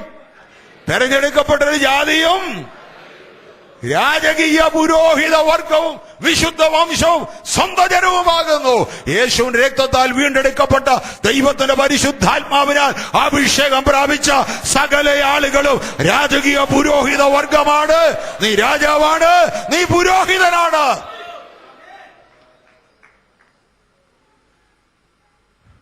പഴയ നിയമ പൗരോഹിത്യം ഇന്നില്ല. ഇന്നുള്ളത് മൽക്കിസദേക്കിന്റെ രൂപത്തിൽ എന്നേക്കും പുരോഹിതനായ യേശു ക്രിസ്തുവിന്റെ പൗരോഹിത്യമാണ്. ലേവ്യ പൗരോഹിത്യം മാറിപ്പോയി, പഴയ പൗരോഹിത്യം മാറിപ്പോയി. യേശു ക്രിസ്തുവിലൂടെയുള്ള പുതിയ നിയമ പൗരോഹിത്യം, അതിനെക്കുറിച്ച് 3 ഭാഗങ്ങളിൽ കാണാൻ കഴിയും. ഒന്ന്, ഉൽപ്പത്തി പുസ്തകം 14-ാം അധ്യായത്തിൽ ആദ്യമായിട്ട് ഒരുത്തന്റെ പേര് കാണുന്നു, മൽക്കീസദേക്ക്. ശാലേം രാജാവും അത്യുന്നതനായ ദൈവത്തിന്റെ പുരോഹിതനും യുദ്ധം ജയിച്ചു വരുന്ന അബ്രഹാമിനെ അപ്പവും വീഞ്ഞുമായിട്ട് എതിരേറ്റിയെന്ന് അത്യുന്നതനായ ദൈവത്താൽ, സ്വർഗത്തിനും ഭൂമിക്കും നാഥനായ അത്യുന്നതനായ ദൈവത്താൽ അബ്രഹാം അനുഗ്രഹിക്കപ്പെടുമാറാകട്ടെ എന്ന് പറഞ്ഞപ്പോൾ അബ്രഹാമിന് സകലത്തിലും ദശാംശം കൊടുത്തു. അവൻ രാജാവും പുരോഹിതനുമായിരുന്നു മൽക്കീസദേക്ക്. അത് BC 2000 ആണ്ടിലാണ്. പിന്നെ 1000 കൊല്ലം അവനെ കുറിച്ച് ഒന്നും പറയുന്നില്ല. BC 1000 ആണ്ടിൽ 110-ാം സങ്കീർത്തനത്തിൽ ദാവീദ് എഴുതി, നീ മൽക്കിസദേക്കിന്റെ രൂപത്തിൽ എന്നേക്കും പുരോഹിതൻ എന്ന് യഹോവ സത്യം ചെയ്ത് അനുദപിക്കുകയുമില്ല. ആരോടാ? യഹോവ എന്റെ കർത്താവിനോട് അരുളിച്ചെയ്ത്, ഞാൻ നിന്റെ ശത്രുക്കളെ നിന്റെ പാദപീഠമാക്കുവോളും നീ എന്റെ വലത്തുഭാഗത്തിരിക്കുക. യഹോവയും കർത്താവും പിതാവായ ദൈവവും പുത്രനോട് പറയുകയാണ്, ഞാൻ നിന്റെ ശത്രുക്കളെ നിന്റെ പാദപീഠമാക്കുവോളും നീ എന്റെ വലത്തുഭാഗത്തിരിക്കുക. പുത്രനോട് പറയുന്നു, നീ മൽക്കിസദേക്കിന്റെ വിധത്തിൽ എന്നേക്കും പുരോഹിതൻ, യഹോവ സത്യം ചെയ്ത് അനുദപിക്കുകയുമില്ല. പിന്നെ 1000 കൊല്ലം മൽക്കിസദേക്കിനെ കാണാനില്ല. 1000 കൊല്ലം കഴിഞ്ഞപ്പോൾ എബ്രായ ലേഖനത്തിൽ പറഞ്ഞു, മൽക്കിസദേക്കിന്റെ ക്രമപ്രകാരം യേശു ക്രിസ്തു മഹാപുരോഹിതനായിരിക്കുന്നു. രാജാവും പുരോഹിതനുമായി പഴയ നിയമത്തിൽ മൽക്കിസദേക്കേ ഉള്ളൂ. പുതിയ നിയമത്തിൽ യേശു ക്രിസ്തുവാണ് രാജാവും പുരോഹിതൻ. ഇത് മാറുന്നൊരു രംഗമുണ്ട്. പഴയ നിയമത്തിലെ മഹാപുരോഹിതൻ യേശുവിനെ വിസ്തരിക്കാനിരിക്കുകയാണ്. യേശു കൈയെല്ലാം കെട്ടിക്കൊണ്ടുവന്ന് യേശുവിനെ അവിടെ കൊണ്ട് നിർത്തിയിരിക്കുക. ഓരോ കള്ളസാക്ഷി എഴുന്നേറ്റ് ഓരോന്നൊക്കെ പറയുന്ന ആളുകൾ ചോദിക്കുന്നത്, യേശു ഒന്നും ഒരു വാക്ക് ഉത്തരം പറഞ്ഞില്ല. ഒരു വാക്ക് ഉത്തരം പറയാതിരുന്നപ്പോൾ അതുവരെ അവിടെ ഇരുന്ന മഹാപുരോഹിതൻ എഴുന്നേറ്റ് എന്നൊരു ചോദ്യം ചോദിച്ചു, നീ ജീവനുള്ള ദൈവത്തിന്റെ പുത്രനായ ക്രിസ്തു തന്നെയോ പറക എന്ന് ദൈവത്തെ കൊണ്ട് ആണയിട്ടുകൊണ്ട് ഞാൻ നിന്നോട് ചോദിക്കുന്നു. ദൈവത്തെ കൊണ്ട് ആണയിട്ടുകൊണ്ട് ചോദിച്ചാൽ യഹൂദന് മറുപടി പറയാൻ ബാധ്യസ്ഥനാണ്. അതുവരെ തലകുനിച്ചു നിന്ന് യേശു തലപൊക്കിയിട്ട് മറുപടി പറഞ്ഞു, യെസ് ഐ ആം. ഇനി മനുഷ്യപുത്രൻ ദൈവത്തിന്റെ വലത്തുഭാഗത്തിരിക്കുന്നു, ആകാശമേങ്ങളെ വാഹനമാക്കി വരുന്നതും കാണും. ഒരു ചോദ്യമേ ചോദിച്ചുള്ളൂ, നീ ജീവനുള്ള ദൈവത്തിന്റെ പുത്രനായ ക്രിസ്തു തന്നെയോ? യെസ് ഓർ നോ പറയേണ്ടതിന് പകരം 3 ഉത്തരം യേശു പറഞ്ഞു. 3 ഉത്തരം. 1, ഐ ആം, ഞാനാകുന്നു. 2, ഇനി മനുഷ്യപുത്രൻ ദൈവത്തിന്റെ വലത്തുഭാഗത്തിരിക്കും. 3, അവൻ ആകാശമേഘങ്ങളെ വാഹനമാക്കി വരും. 3 ഉത്തരം. എന്നാ ഈ 3 ഉത്തരത്തിന്റെ അർത്ഥം പറയാം. ഞാനാകുന്നു എന്ന് പറഞ്ഞാൽ ഭാഷയിലുള്ള അർത്ഥമല്ല യഹൂദന്മാർക്ക് മനസ്സിലാകുന്നത്. ഈ ചോദ്യം പണ്ടൊരാൾ ചോദിച്ച, ഈ ഇപ്പോൾ യേശുവിനോട് ചോദിച്ച ഈ പുരോഹിതന്റെ വല്യപ്പൻ മോശ മരുഭൂമിയില് മുൾപ്പുഴപ്പില് തീ ജ്വലിച്ചപ്പോഴ് മിസ്രയീമിലേക്ക് പോകാൻ പറഞ്ഞപ്പോഴ് അവൻ ചോദിച്ചു, ഏത് ദൈവം എന്നെ അയച്ചെന്ന് പറയണം, നിന്റെ പേരെന്താ? മറുപടി, ഞാനാകുന്നവൻ ഞാനാകുന്നു. Price the Lord. യേശു പറഞ്ഞതിന്റെ അർത്ഥം ഇതാ, നിനക്കെന്നെ മനസ്സിലായില്ല, ഞാൻ ആരാണെന്ന് മനസ്സിലായില്ലല്ലേ? നിന്റെ വല്യപ്പൻ മോശയോട് ചോദിച്ചാവും പറയും ഞാൻ ആരാണെന്ന്. ഞാനാകുന്നവനാ നിന്റെ മുമ്പിൽ നിൽക്കുന്നത്. Price the Lord, hallelujah. രണ്ടാമത്തെ ഉത്തരം ഇതാണ്, ദൈവത്തിന്റെ വലത്തുഭാഗത്ത് 110-ാം സങ്കീർത്തനത്തിൽ യഹോവ എന്റെ കർത്താവിനോട് അരുളിച്ചെയ്യുന്നു, നീ എന്റെ വലത്തുഭാഗത്തിരിക്കുക. ദൈവത്തിന്റെ വലത്തുഭാഗത്തിരിക്കുന്ന മൽക്കിസദേക്കിന്റെ വിധത്തിൽ എന്നേക്കുമുള്ള പുരോഹിതൻ ഞാനാണ്. ഞാൻ പുരോഹിതൻ മാത്രമല്ല, ആകാശമേഘങ്ങളെ വാഹനമാക്കി വരുവാനുള്ള രാജാക്കന്മാരുടെ രാജാവ് ഞാനാണ്. ഇത്രയും കേട്ട് കഴിഞ്ഞപ്പോൾ എന്ത് ചെയ്യണം മഹാപുരോഹിതൻ? ഇത്രയും കേട്ട് കഴിഞ്ഞപ്പോൾ മഹാപുരോഹിതൻ ചെയ്ത കാര്യം, കുനിഞ്ഞ് അദ്ദേഹത്തിന്റെ അങ്കി, ഔദ്യോഗിക അങ്കി അറ്റം പിടിച്ചു പൊക്കി വലിച്ചങ്ങ് കയറി. പഴയ നിയമത്തിൽ കൽപ്പന കൊടുത്തിട്ടുണ്ട്, അഭിഷേക തൈലം തലയിൽ വീണ പുരോഹിതൻ തന്റെ വസ്ത്രം കീറുകയോ തലമുടി പിച്ചിപ്പറിക്കുകയോ ചെയ്യരുത്. വസ്ത്രം കീറരുതെന്ന് കൽപ്പന ഉണ്ടായിരിക്കെ ഇദ്ദേഹം എന്തുകൊണ്ട് വസ്ത്രം കീറി? വസ്ത്രം കീറിയതിന്റെ കാരണം മൽക്കിസദേക്കിന്റെ വിധത്തിൽ എന്നേക്കും പുരോഹിതനായവൻ തന്റെ ശുശ്രൂഷ തുടങ്ങിയിരിക്കുന്നു. അവൻ ശുശ്രൂഷ തുടങ്ങിയപ്പോൾ ലേവ്യ പൗരോഹിത്യം കീറിപ്പോയിരിക്കുന്നു, ലേവ്യ പൗരോഹിത്യം മാറിപ്പോയിരിക്കുന്നു, പഴയ നിയമ പൗരോഹിത്യം മാറിപ്പോയിരിക്കുന്നു. ഇതാ മൽക്കിസദേക്കിന്റെ വിധത്തിലുള്ള പൗരോഹിത്യം ആരംഭിച്ചിരിക്കുന്നു. അത് മാത്രമല്ല മാറിയത്, യേശു ക്രൂശിൽ ഉറക്കം നിലവിളിച്ച് പ്രാണനെ വിടുന്ന അവസരത്തിൽ ദൈവാലയത്തിലെ തിരശീല മേൽതൊട്ടടിയോളം രണ്ടായി ചിന്തിപ്പോയി. പഴയ നിയമത്തിന്റെ ആരാധനയിൽ നിന്നുപോയി. ജോസീഫസ് എന്ന എഴുത്തുകാരൻ എഴുതിയിട്ടുണ്ട് ദേവാലയത്തിലെ തിരശീലയെ കുറിച്ച്. 1 ഇഞ്ച് വണ്ണമുള്ള ചണത്തിന്റെ വടം നെയ്തെടുത്തതായിരുന്നു യെരൂശലേം ദേവാലയത്തിലെ തിരശീല. 2 വശത്തും കുതിരകളെ കെട്ടി വലിച്ചാൽ അത് കീറത്തില്ലായിരുന്നു. താഴെ നിന്ന് മുകളിലോട്ടല്ല കീറിയത്, മുകളിൽ നിന്ന് താഴോട്ടാണ് കീറിയത്. സ്വർഗസ്ഥനായ ദൈവം തന്നെയാണ് അത് കീറിയത്. യേശു തന്റെ ദേഹമെന്ന തിരശീല കാൽവരി ക്രൂശിൽ ചിന്തി ജീവന്റെ ഒരു പുതുവഴി നമുക്ക് വേണ്ടി തുറന്നപ്പോൾ ആരാധനയ്ക്ക് വേണ്ടി അതിപരിശുദ്ധ സ്ഥലത്തെ വേർതിരിച്ചിരുന്ന തിരശീല കീറിപ്പോയിരിക്കുന്നു. മനസ്സിലായവർ നന്ദിയോടെ ദൈവത്തിന് സ്തോത്രം ചെയ്യാം. ഹല്ലേലൂയ. ഇന്ന് സ്വർഗത്തിൽ അവൻ നമ്മുടെ മധ്യസ്ഥനല്ല, ഇന്ന് സ്വർഗത്തിൽ അവൻ നമ്മുടെ പക്ഷം പിടിച്ച് നമുക്ക് വേണ്ടി വാദിക്കുന്നവനാണ്. ഒരു മീഡിയേറ്റർ എന്ന് പറഞ്ഞാൽ, മധ്യസ്ഥൻ എന്ന് പറഞ്ഞാൽ 2 കൂട്ടരുടെയും പക്ഷം പറയണം. ആരുടെയും പക്ഷത്ത് ചേരാനൊക്കത്തില്ല, ന്യൂട്രലായിട്ട് നിൽക്കേണ്ട ആളാണ്. നീ പാപിയായിരുന്നപ്പോൾ ദൈവത്തോട് നിന്നെ നിരപ്പിക്കുവാൻ അവൻ മീഡിയേറ്റർ ആയിരുന്നു, അവൻ മധ്യസ്ഥനായിരുന്നു. എന്നാൽ ഇന്ന് അവൻ നിന്റെ മധ്യസ്ഥനല്ല, ഇന്ന് അവൻ നിന്റെ അഡ്വക്കേറ്റ് ആണ്, ഇന്ന് അവൻ നിന്റെ ലോയറാണ്. സ്വർഗത്തിൽ നിനക്ക് വേണ്ടി ദൈവത്തിന്റെ വലത്തുഭാഗത്തിരുന്നു കൊണ്ട് നിന്റെ പക്ഷം പിടിച്ച് നിനക്ക് വേണ്ടി വാദിക്കുന്ന, പക്ഷവാദം ചെയ്യുന്ന നിന്റെ കാര്യസ്ഥനാണവൻ. മനസ്സിലായവർ ദൈവത്തിന് സ്തോത്രം ചെയ്യാം. 24 മണിക്കൂർ നിനക്ക് വേണ്ടി ദൈവത്തിന്റെ വലത്തുഭാഗത്ത് ഒരു കാര്യസ്ഥൻ ഇരിക്കുന്നത് കൊണ്ട് ഇന്ന് അന്തസ്സായിട്ട് ദൈവസ്ഥന് വന്ന് ഇരിക്കാനൊക്കെ ദുഷ്ടാപിശാച് നിന്നെ തകർത്ത് കളയുവാൻ എന്തെല്ലാം പോരുകളും പോരാട്ടങ്ങളും ഉണ്ടാക്കിയതാ. നിന്റെ പ്രാണനെ അപഹരിപ്പാൻ നിനക്കെതിരെ പോരാടിയതാണ്, നിന്റെ കുടുംബത്തെ തകർക്കുവാൻ പോരാടിയതാണ്, നിന്റെ ശുശ്രൂഷ അവസാനിപ്പിക്കുവാൻ ശത്രു പോരാടിയതാണ്, നിന്റെ ജോലി ഇല്ലായ്മയാക്കുവാൻ, നിന്റെ കുടുംബത്തെ ഇല്ലായ്മയാക്കുവാൻ, നിന്റെ നന്മകളെ അപഹരിപ്പാൻ ശക്തികൾ പോരാടിയെങ്കിലും ദൈവത്തിന്റെ വലത്തുഭാഗത്തിരുന്നു കൊണ്ട് നിനക്ക് വേണ്ടി പക്ഷവാദം ചെയ്യുന്ന കാര്യസ്ഥൻ യേശു ക്രിസ്തു നമുക്കുള്ളത് കൊണ്ട്, ദൈവാലയത്തിന് ഒരു മഹാപുരോഹിതൻ ഉള്ളത് കൊണ്ട് നിനക്ക് വിടുതൽ കിട്ടിയിരിക്കുകയാണ്.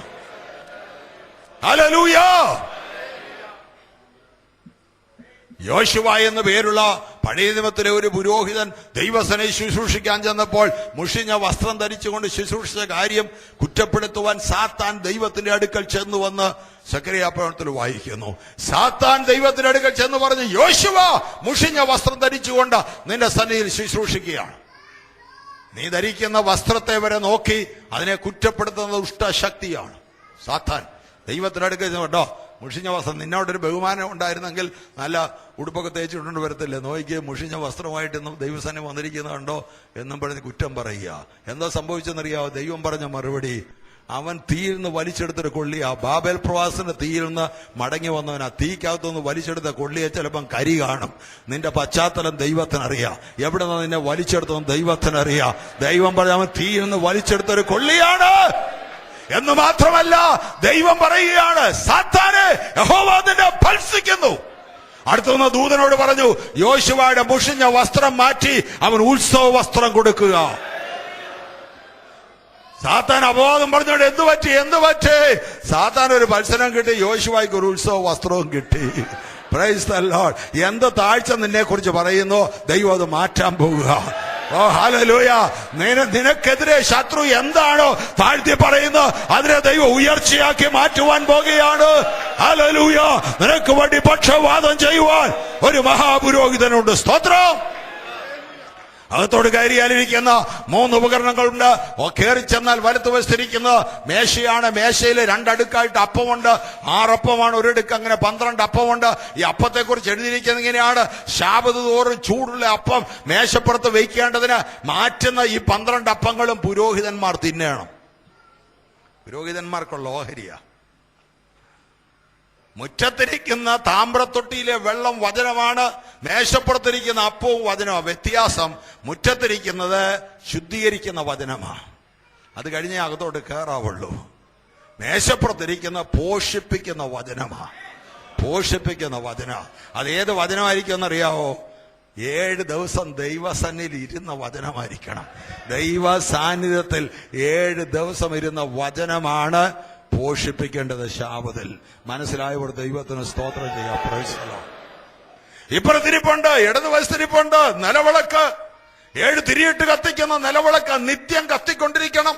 മഹാപുരോഹിതൻ സന്ധ്യയ്ക്ക് വരുമ്പോൾ കരിന്തിരി ഉണ്ടെങ്കിൽ അവന്റെ ചവണയുണ്ട്, ചവണ കൊണ്ട് കരിന്തിരി മുറിക്കും, തിരി നീട്ടും, ഇടിച്ചെടുത്ത തെളിവുള്ള ഒലിവെണ്ണ ഒഴിക്കും, അവൻ ആ ദീപത്തെ കത്തിക്കും. ഏതെങ്കിലും കാരണത്താൽ കരിന്തിരി ഉണ്ടെങ്കിൽ മഹാപുരോഹിതൻ ഇന്ന് രാത്രി ഇവിടെ എഴുന്നള്ളി വന്നിട്ടുണ്ട്. മാറത്ത് പൊൻകച്ച കെട്ടിയവന്റെ പക്കൽ, അവന്റെ പക്കൽ ചവണയുണ്ട്. അവൻ നിന്റെ കരിന്തിരി മുറിക്കും, നിന്റെ തിരിയെ നീട്ടും, അഭിഷേകത്തിന്റെ എണ്ണ അവൻ ഒഴിക്കും, നിന്റെ ദീപത്തെ അവൻ കത്തിക്കും. പഴയമത്തിലെ മഹാപുരോഹിതനെ കുറിച്ച് അങ്ങനെ പറഞ്ഞെങ്കിൽ നമ്മുടെ കർത്താവിനെ കുറിച്ച് പറഞ്ഞ് കേൾക്കണമോ?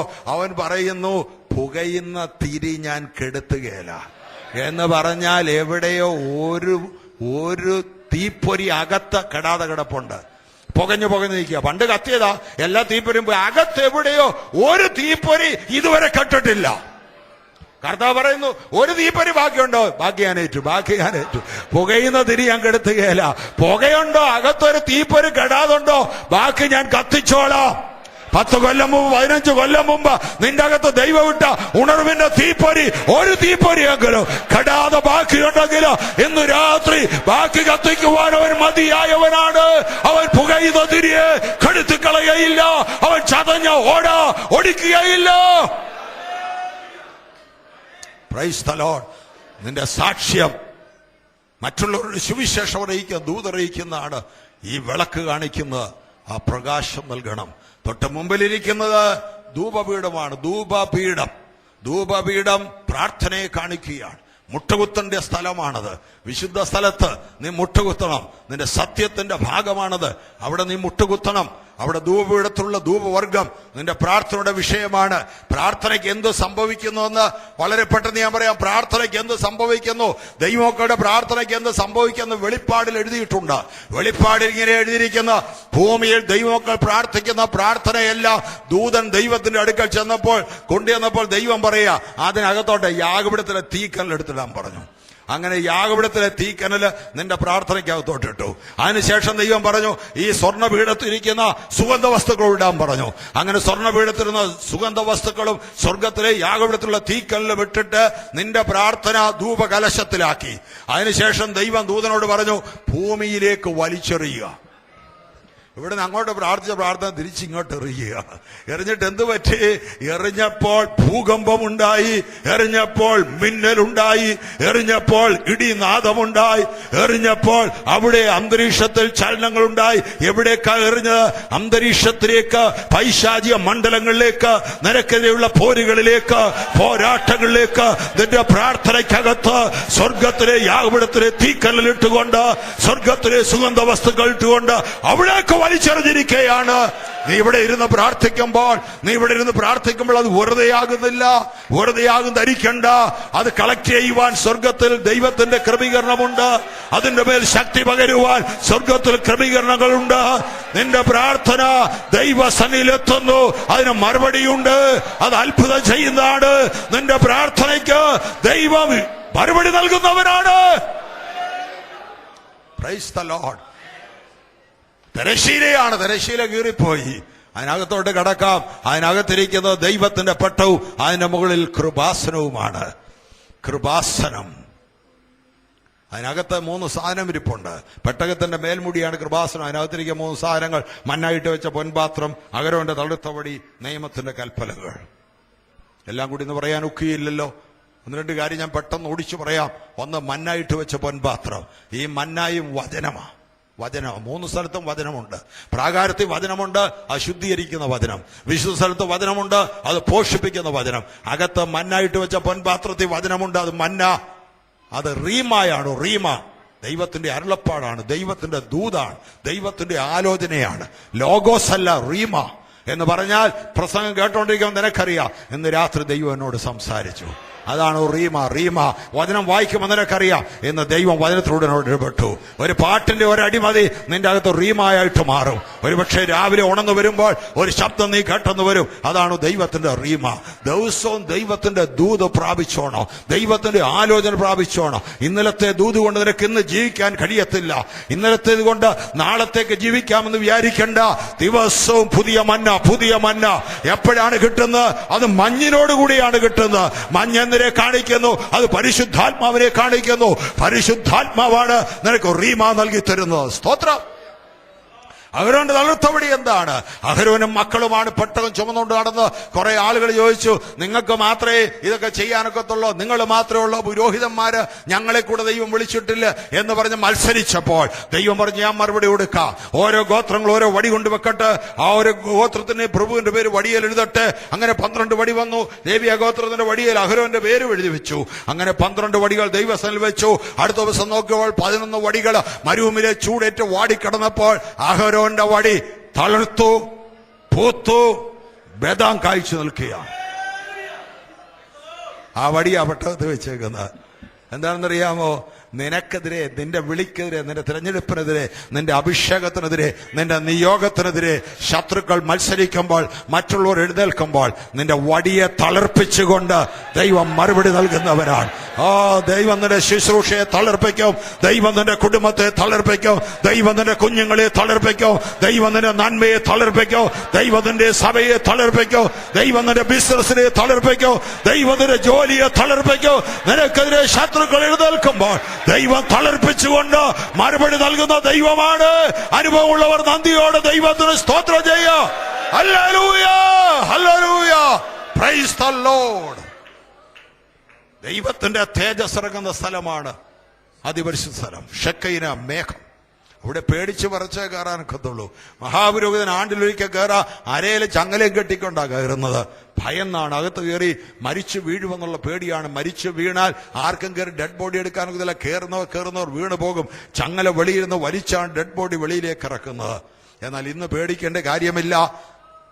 അതുകൊണ്ട് തത്സമയത്ത് സഹായത്തിനുള്ള കൃപ ലഭിക്കേണ്ടതിന് ധൈര്യത്തോടെ കൃപാസനം വരെ അടുത്തു ചെല്ലുക. നീ പേടിച്ച് നിൽക്കണ്ട. നിനക്ക് ധൈര്യത്തോടെ കൃപാസനം വരെ അടുത്തു ചെല്ലാം. നിന്റെ ജീവിതത്തിലെ ഏറ്റവും ബുദ്ധിമുട്ടുള്ള അവസരത്തിൽ, ഏറ്റവും വേദനയുള്ള അവസരത്തില് എന്ത് ചെയ്യണമെന്നറിയാതെ മനസ്സ് ഭാരപ്പെടുമ്പോൾ നിന്റെ മുറിക്കകത്ത് കയറി മുട്ടിന്മേൽ വീണുകൊണ്ട് നീ പ്രാർത്ഥിക്കുമ്പോൾ നീ കൃപാസനത്തെ തൊട്ടിരിക്കുക. അവിടെയാണ് ദൈവത്തിന്റെ കൃപാസനം. ഹൃദയം നുറുങ്ങിയവർക്ക് യഹോവ സമീപസ്ഥൻ, മനസ്സ് തകർന്നവരെ അവൻ രക്ഷിക്കുന്നു. അവിടെയാണ് ദൈവത്തിന്റെ കൃപാസനം. Price the Lord. ദൈവത്തിന്റെ കൃപാസനത്തെ തൊട്ടിട്ടുള്ളവര് കൈയുയർത്തി ദൈവത്തിന് സ്തോത്രം ചെയ്യാം.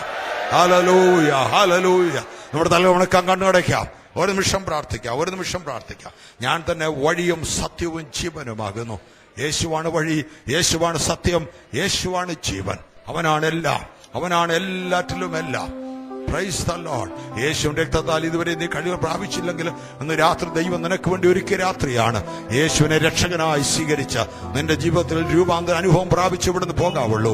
ഇതുവരെയും ആത്മീയ അനുഭവങ്ങൾ നിനക്ക് ഉണ്ടായിട്ടില്ലെങ്കിൽ, വചനത്തിന്റെ കഴിവുകൾ ഉണ്ടായിട്ടില്ലെങ്കിൽ, ദൈവ വചനത്തിന്റെ അപ്പത്തിന്റെ ഭക്ഷണം നിനക്കുണ്ടായിട്ടില്ലെങ്കിൽ, വിളക്കിൽ എണ്ണ ഒഴിച്ച് തിരികെത്തിക്കുന്ന പോലെ നിന്റെ ദീപം തെളിയിക്കപ്പെട്ടില്ലെങ്കിൽ ഇന്ന് നിന്നെ തന്നെ ഏൽപ്പിച്ചു കൊടുക്കുക. ദൈവത്തിന് നിന്നെ കുറിച്ച് മഹത്തായൊരു പദ്ധതിയുണ്ട്. അതിശക്തമായ ഒരു ആത്മീയ ഉണർവ് ഇന്ത്യയിൽ ആഞ്ഞടിക്കുവാൻ പോകുന്നു. അതിൽ നിനക്കും ഒരു പങ്കുണ്ട്. നിന്റെ കുടുംബത്തിനൊരു പങ്കുണ്ട്. ദൈവത്തിന് നിന്നെ കുറിച്ചൊരു ഉദ്ദേശമുണ്ട്. നിന്നെ കൊണ്ട് ദൈവം ചെയ്യിപ്പിക്കാൻ പോകുന്ന കാര്യങ്ങൾ ഇതുവരെയും ലോകം കണ്ടിട്ടില്ല, ഇതുവരെയും ചെയ്തതല്ല. ഇതുവരെയുള്ള ഒരുക്കത്തിന്റെ സമയം മാത്രമായിരുന്നു. ദൈവം നിന്നെ ഒരുക്കുന്ന കാലം മാത്രമായിരുന്നു. ഇനിയും ദൈവം നിന്റെ ജീവിതത്തിൽ മഹാത്ഭുതം ചെയ്യുന്ന ദിവസങ്ങളാണ്. നീ വിശ്വസിച്ച് ഏറ്റെടുത്തുകൊള്ളുക. ഇതാ പുതിയ വഴികൾ നിനക്ക് വേണ്ടി ദൈവം തുറക്കുന്നു. പുതിയ വാതിലുകൾ നിനക്ക് വേണ്ടി ദൈവം തുറക്കുന്നു. ഇതാ പുതിയ മേഖലകൾ നിനക്ക് വേണ്ടി തുറക്കുന്നു. നീ ആൾ മാറിയവനായി തീരുവാൻ പോകുന്നു. ദൈവത്തിന്റെ അതിശക്തമായ അഭിഷേകത്തിന്റെ കവിഞ്ഞൊഴുക്ക് നിന്റെ മേൽ വന്നിട്ട് ദൈവത്തിന്റെ അത്ഭുതത്തിന് ഉപകരണമായി മാറ്റുവാൻ പോകുന്നു. നീ കൈവച്ച് പ്രാർത്ഥിക്കുക. രോഗികൾക്ക് അത്ഭുത സൗഖ്യം ദൈവം നൽകുവാൻ പോകുന്നു. നീ വിരൽ ചൂണ്ടി പ്രാർത്ഥിക്കുക. ജീവിതങ്ങൾ രൂപാന്തരപ്പെട്ടു വരുവാൻ പോകുന്നു. നിന്റെ ഉള്ളങ്കാൽ ചവിട്ടുന്ന ഭവനങ്ങളെ ദൈവം രൂപാന്തരപ്പെടുത്തുവാൻ പോകുന്നു. നീ പേർ ചൊല്ലി പ്രാർത്ഥിക്കുന്ന വിഷയങ്ങൾ ദൈവം നിനക്ക് വേണ്ടി തരുവാൻ പോകുന്നു. ദുഷ്ട ശക്തികൾ നിനക്കെതിരെ വാതുറക്കുന്നെങ്കിലും, പൈശാചിക ശക്തികൾ നിനക്കെതിരെ ഉഗ്രമായി പോരാടുന്നെങ്കിലും ജയത്തിന്റെ ആരോ ഉയർത്തി, ജയത്തിന്റെ ഘോഷം മുഴക്കി, ജയത്തിന്റെ കൊടി ഉയർത്തി ശത്രുവിനെ കാൽക്കീഴെ ചതയ്ക്കുവാൻ ദൈവത്തിനെ അഭിഷേകം ചെയ്തിരിക്കുന്നു. അതിനുള്ള നിയോഗം ദൈവം നിനക്ക് തന്നിരിക്കുന്നു. അതിനുള്ള വിളി ദൈവം നിനക്ക് തന്നിരിക്കുന്നു. അതിനുള്ള ശക്തി ദൈവം നിന്റെ മേൽ പകർന്നിരിക്കുന്നു. Hallelujah, hallelujah, hallelujah, hallelujah. ആ പുതിയ നിയോഗം ഏറ്റെടുത്തുകൊണ്ടേ പോകാവുള്ളൂ. ഈ 2005 തന്നെ നിന്റെ പ്രാർത്ഥനയുടെ മറുപടി ദൈവം വെളിപ്പെടുത്തുവാൻ പോകുന്നു. അസാധ്യമെന്ന് നീ പറഞ്ഞ കാര്യങ്ങൾ ദൈവം നിനക്ക് വേണ്ടി ചെയ്യാൻ പോകുന്നു. അത്ഭുത രോഗശാന്തി നിന്റെ ശരീരത്തിന്മേൽ പകർന്ന് ആരോഗ്യവൻ കൽപ്പിക്കുന്നു. ബലമില്ലാത്തവർക്ക് ഇന്ന് രാത്രി അവൻ ബലം വർദ്ധിപ്പിക്കുന്നു. ക്ഷീണിച്ചിരിക്കുന്നവർക്ക് ഇന്ന് രാത്രി അവൻ ശക്തി നൽകുന്നു. യൗവനക്കാർ ഇടറി വീഴും, ബാല്യക്കാർ തളർന്നു പോകും. എങ്കിലും യഹോവയെ കാത്തിരിക്കുന്ന നീ ശക്തിയെ പുതുക്കും. കഴുകന്മാരെ പോലെ നീ ചിറകടിച്ച് ഉയരും. നീ ക്ഷീണിച്ചു പോകാതെ ഓടും. നീ തളർന്നു പോകാതെ നടക്കും.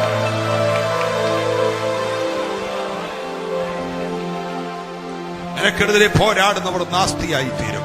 അവർ ശൂന്യമായി തീരും. നീ ഭയപ്പെടണ്ട. അവൻ നിന്റെ കൈക്ക് പിടിച്ചിട്ടുണ്ട്. ഈ തലമുറയിൽ ദൈവത്തിന്റെ മഹത്വം വെളിപ്പെടുത്തുവാൻ, ദൈവത്തിന്റെ ശക്തി വെളിപ്പെടുത്തുവാൻ, ദൈവത്തിന്റെ അത്ഭുതം വെളിപ്പെടുത്തുവാൻ അവൻ നിന്നെ തെരഞ്ഞെടുത്തിരിക്കുന്നു. അവൻ നിന്നെ കണ്ടിരിക്കുന്നു. ദുഷ്ട ശത്രുവിന്റെ പോരുകളുടെ മുമ്പിൽ നീ മടിച്ചു നിൽക്കാതെ, മടുത്തു നിൽക്കാതെ, പേടിച്ചു നിൽക്കാതെ ദൈവത്തിന്റെ കൃപാവരങ്ങൾ നീ ജ്വലിപ്പിച്ചുകൊള്ളുക. നിന്റെ മേൽ പാടുതിരിക്കാൻ ദൈവത്തിന്റെ കൃപാവരങ്ങൾ നീ ജ്വലിപ്പിച്ചുകൊള്ളുക. ദൈവം നിനക്ക് പ്രാർത്ഥന വരം തന്നിട്ടുണ്ട്. നീ പ്രാർത്ഥിച്ചുകൊള്ളുക. ദൈവം നിനക്ക് രോഗശാന്തി വരം തന്നിട്ടുണ്ട്. രോഗികൾക്ക് വേണ്ടി പ്രാർത്ഥിച്ചുകൊള്ളുക. ദൈവം നിനക്ക് പ്രവചനത്തിന്റെ ദൂത് തന്നിട്ടുണ്ട്. നീ പ്രവചിച്ചുകൊള്ളുക. ദൈവം നിനക്ക് വെളിപ്പാടുകൾ തരുന്നു. ദൈവം നിനക്ക് ദർശനങ്ങൾ തരുന്നു. ഒരു പുതിയ പാതയിലേക്ക്, ഒരു പുതിയ വഴിത്തിരിവിലേക്ക് ദൈവം നിന്നെ കൈപിടിച്ച് നടത്തുന്നു. കൈപിടിച്ച് നടത്തുന്നു. യേശുവിന്റെ നാമത്തിൽ, അധികാരമുള്ള നാമത്തിൽ വിടുതൽ, വിടുതൽ, വിടുതൽ. യേശുവിന്റെ നാമത്തിൽ വിടുതൽ. അത്ഭുതം, അത്ഭുതം. ഇന്ന് രാത്രി ഏറ്റെടുത്തുകൊള്ളുക. ഇന്ന് രാത്രി ഏറ്റെടുത്തുകൊള്ളുക.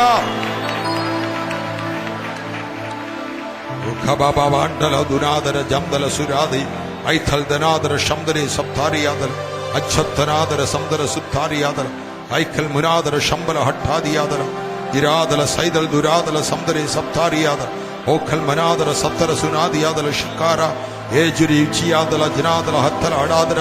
അഭിഷേകത്തിന്റെ ഇരട്ടി പങ്ക്, അഭിഷേകത്തിന്റെ ഇരട്ടി പങ്ക്, ഇരട്ടി പങ്ക്, ഇരട്ടി പങ്ക് ഇന്ന് രാത്രി നിന്റെ മേൽ പകരുന്നു, പകരുന്നു. അഭിഷേകത്തിന്റെ ഇരട്ടി പങ്ക് ഇന്ന് രാത്രി നിന്റെ മേൽ പകരുന്നു, പകരുന്നു, പകരുന്നു. ഓ റബബ ഹൈദൽ ദരാദല, ഓ റബബ ഷണ്ടല ഹൈദൽ ദരാദല സുന്ദരേ സുത്താരിയാദല. യേശുവിന്റെ നാമത്തിൽ, യേശുവിന്റെ നാമത്തിൽ ദൈവ തേജസ്, ദൈവ തേജസ് നിന്റെ മേൽ വരുന്നു. ഇന്ന് രാത്രി ദൈവത്തിന്റെ തേജസ് നിന്റെ മേൽ പെയ്തിറങ്ങുന്നു, പെയ്തിറങ്ങുന്നു. നിന്റെ മേൽ ദൈവ തേജസ് ഇന്ന് രാത്രി പെയ്തിറങ്ങുന്നു, പെയ്തിറങ്ങുന്നു, പെയ്തിറങ്ങുന്നു. ദൈവ തേജസ് നിന്റെ മേൽ പെയ്തിറങ്ങുന്നു. ഏറ്റെടുത്തുകൊള്ളുക.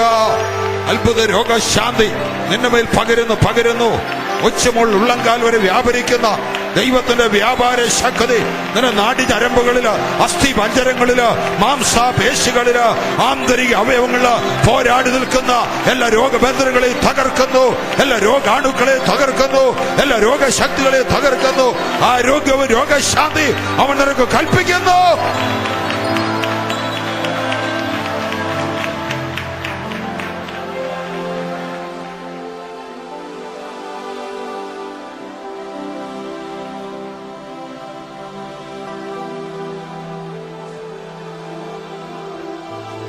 മാറായിൽ നിന്ന് കയ്പ് നീര് കുടിച്ച ദൈവജനത്തിന് മാറായെ മധുരമാക്കുവാനുള്ള മരം അവർ ചെന്നതിന് ശേഷമല്ല മുളപ്പിച്ചത്.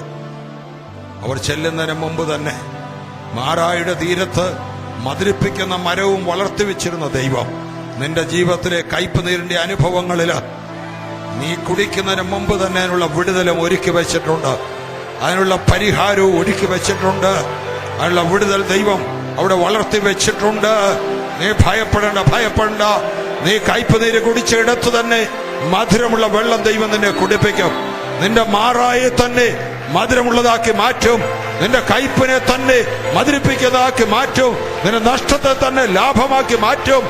നിന്റെ വേദനയെ തന്നെ ആശ്വാസമാക്കി മാറ്റും. നിന്റെ താഴ്ചയെ തന്നെ ഉയർച്ചയാക്കി മാറ്റും.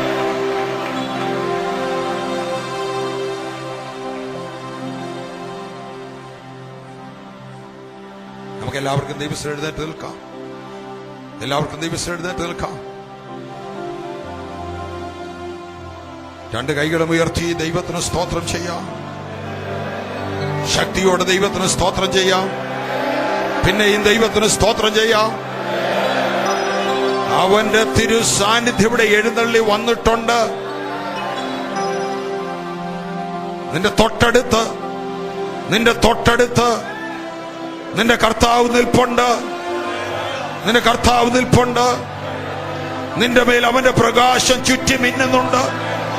അവന്റെ വെളിച്ചം നിന്റെ മേൽ ചുറ്റി മിന്നുന്നുണ്ട്. എഴുന്നേറ്റ് പ്രകാശിക്ക. നിന്റെ പ്രകാശം വന്നിരിക്കുന്നു. ദൈവത്തിന്റെ തേജസ് നിന്റെ മേൽ ഉദിച്ചിരിക്കുന്നു.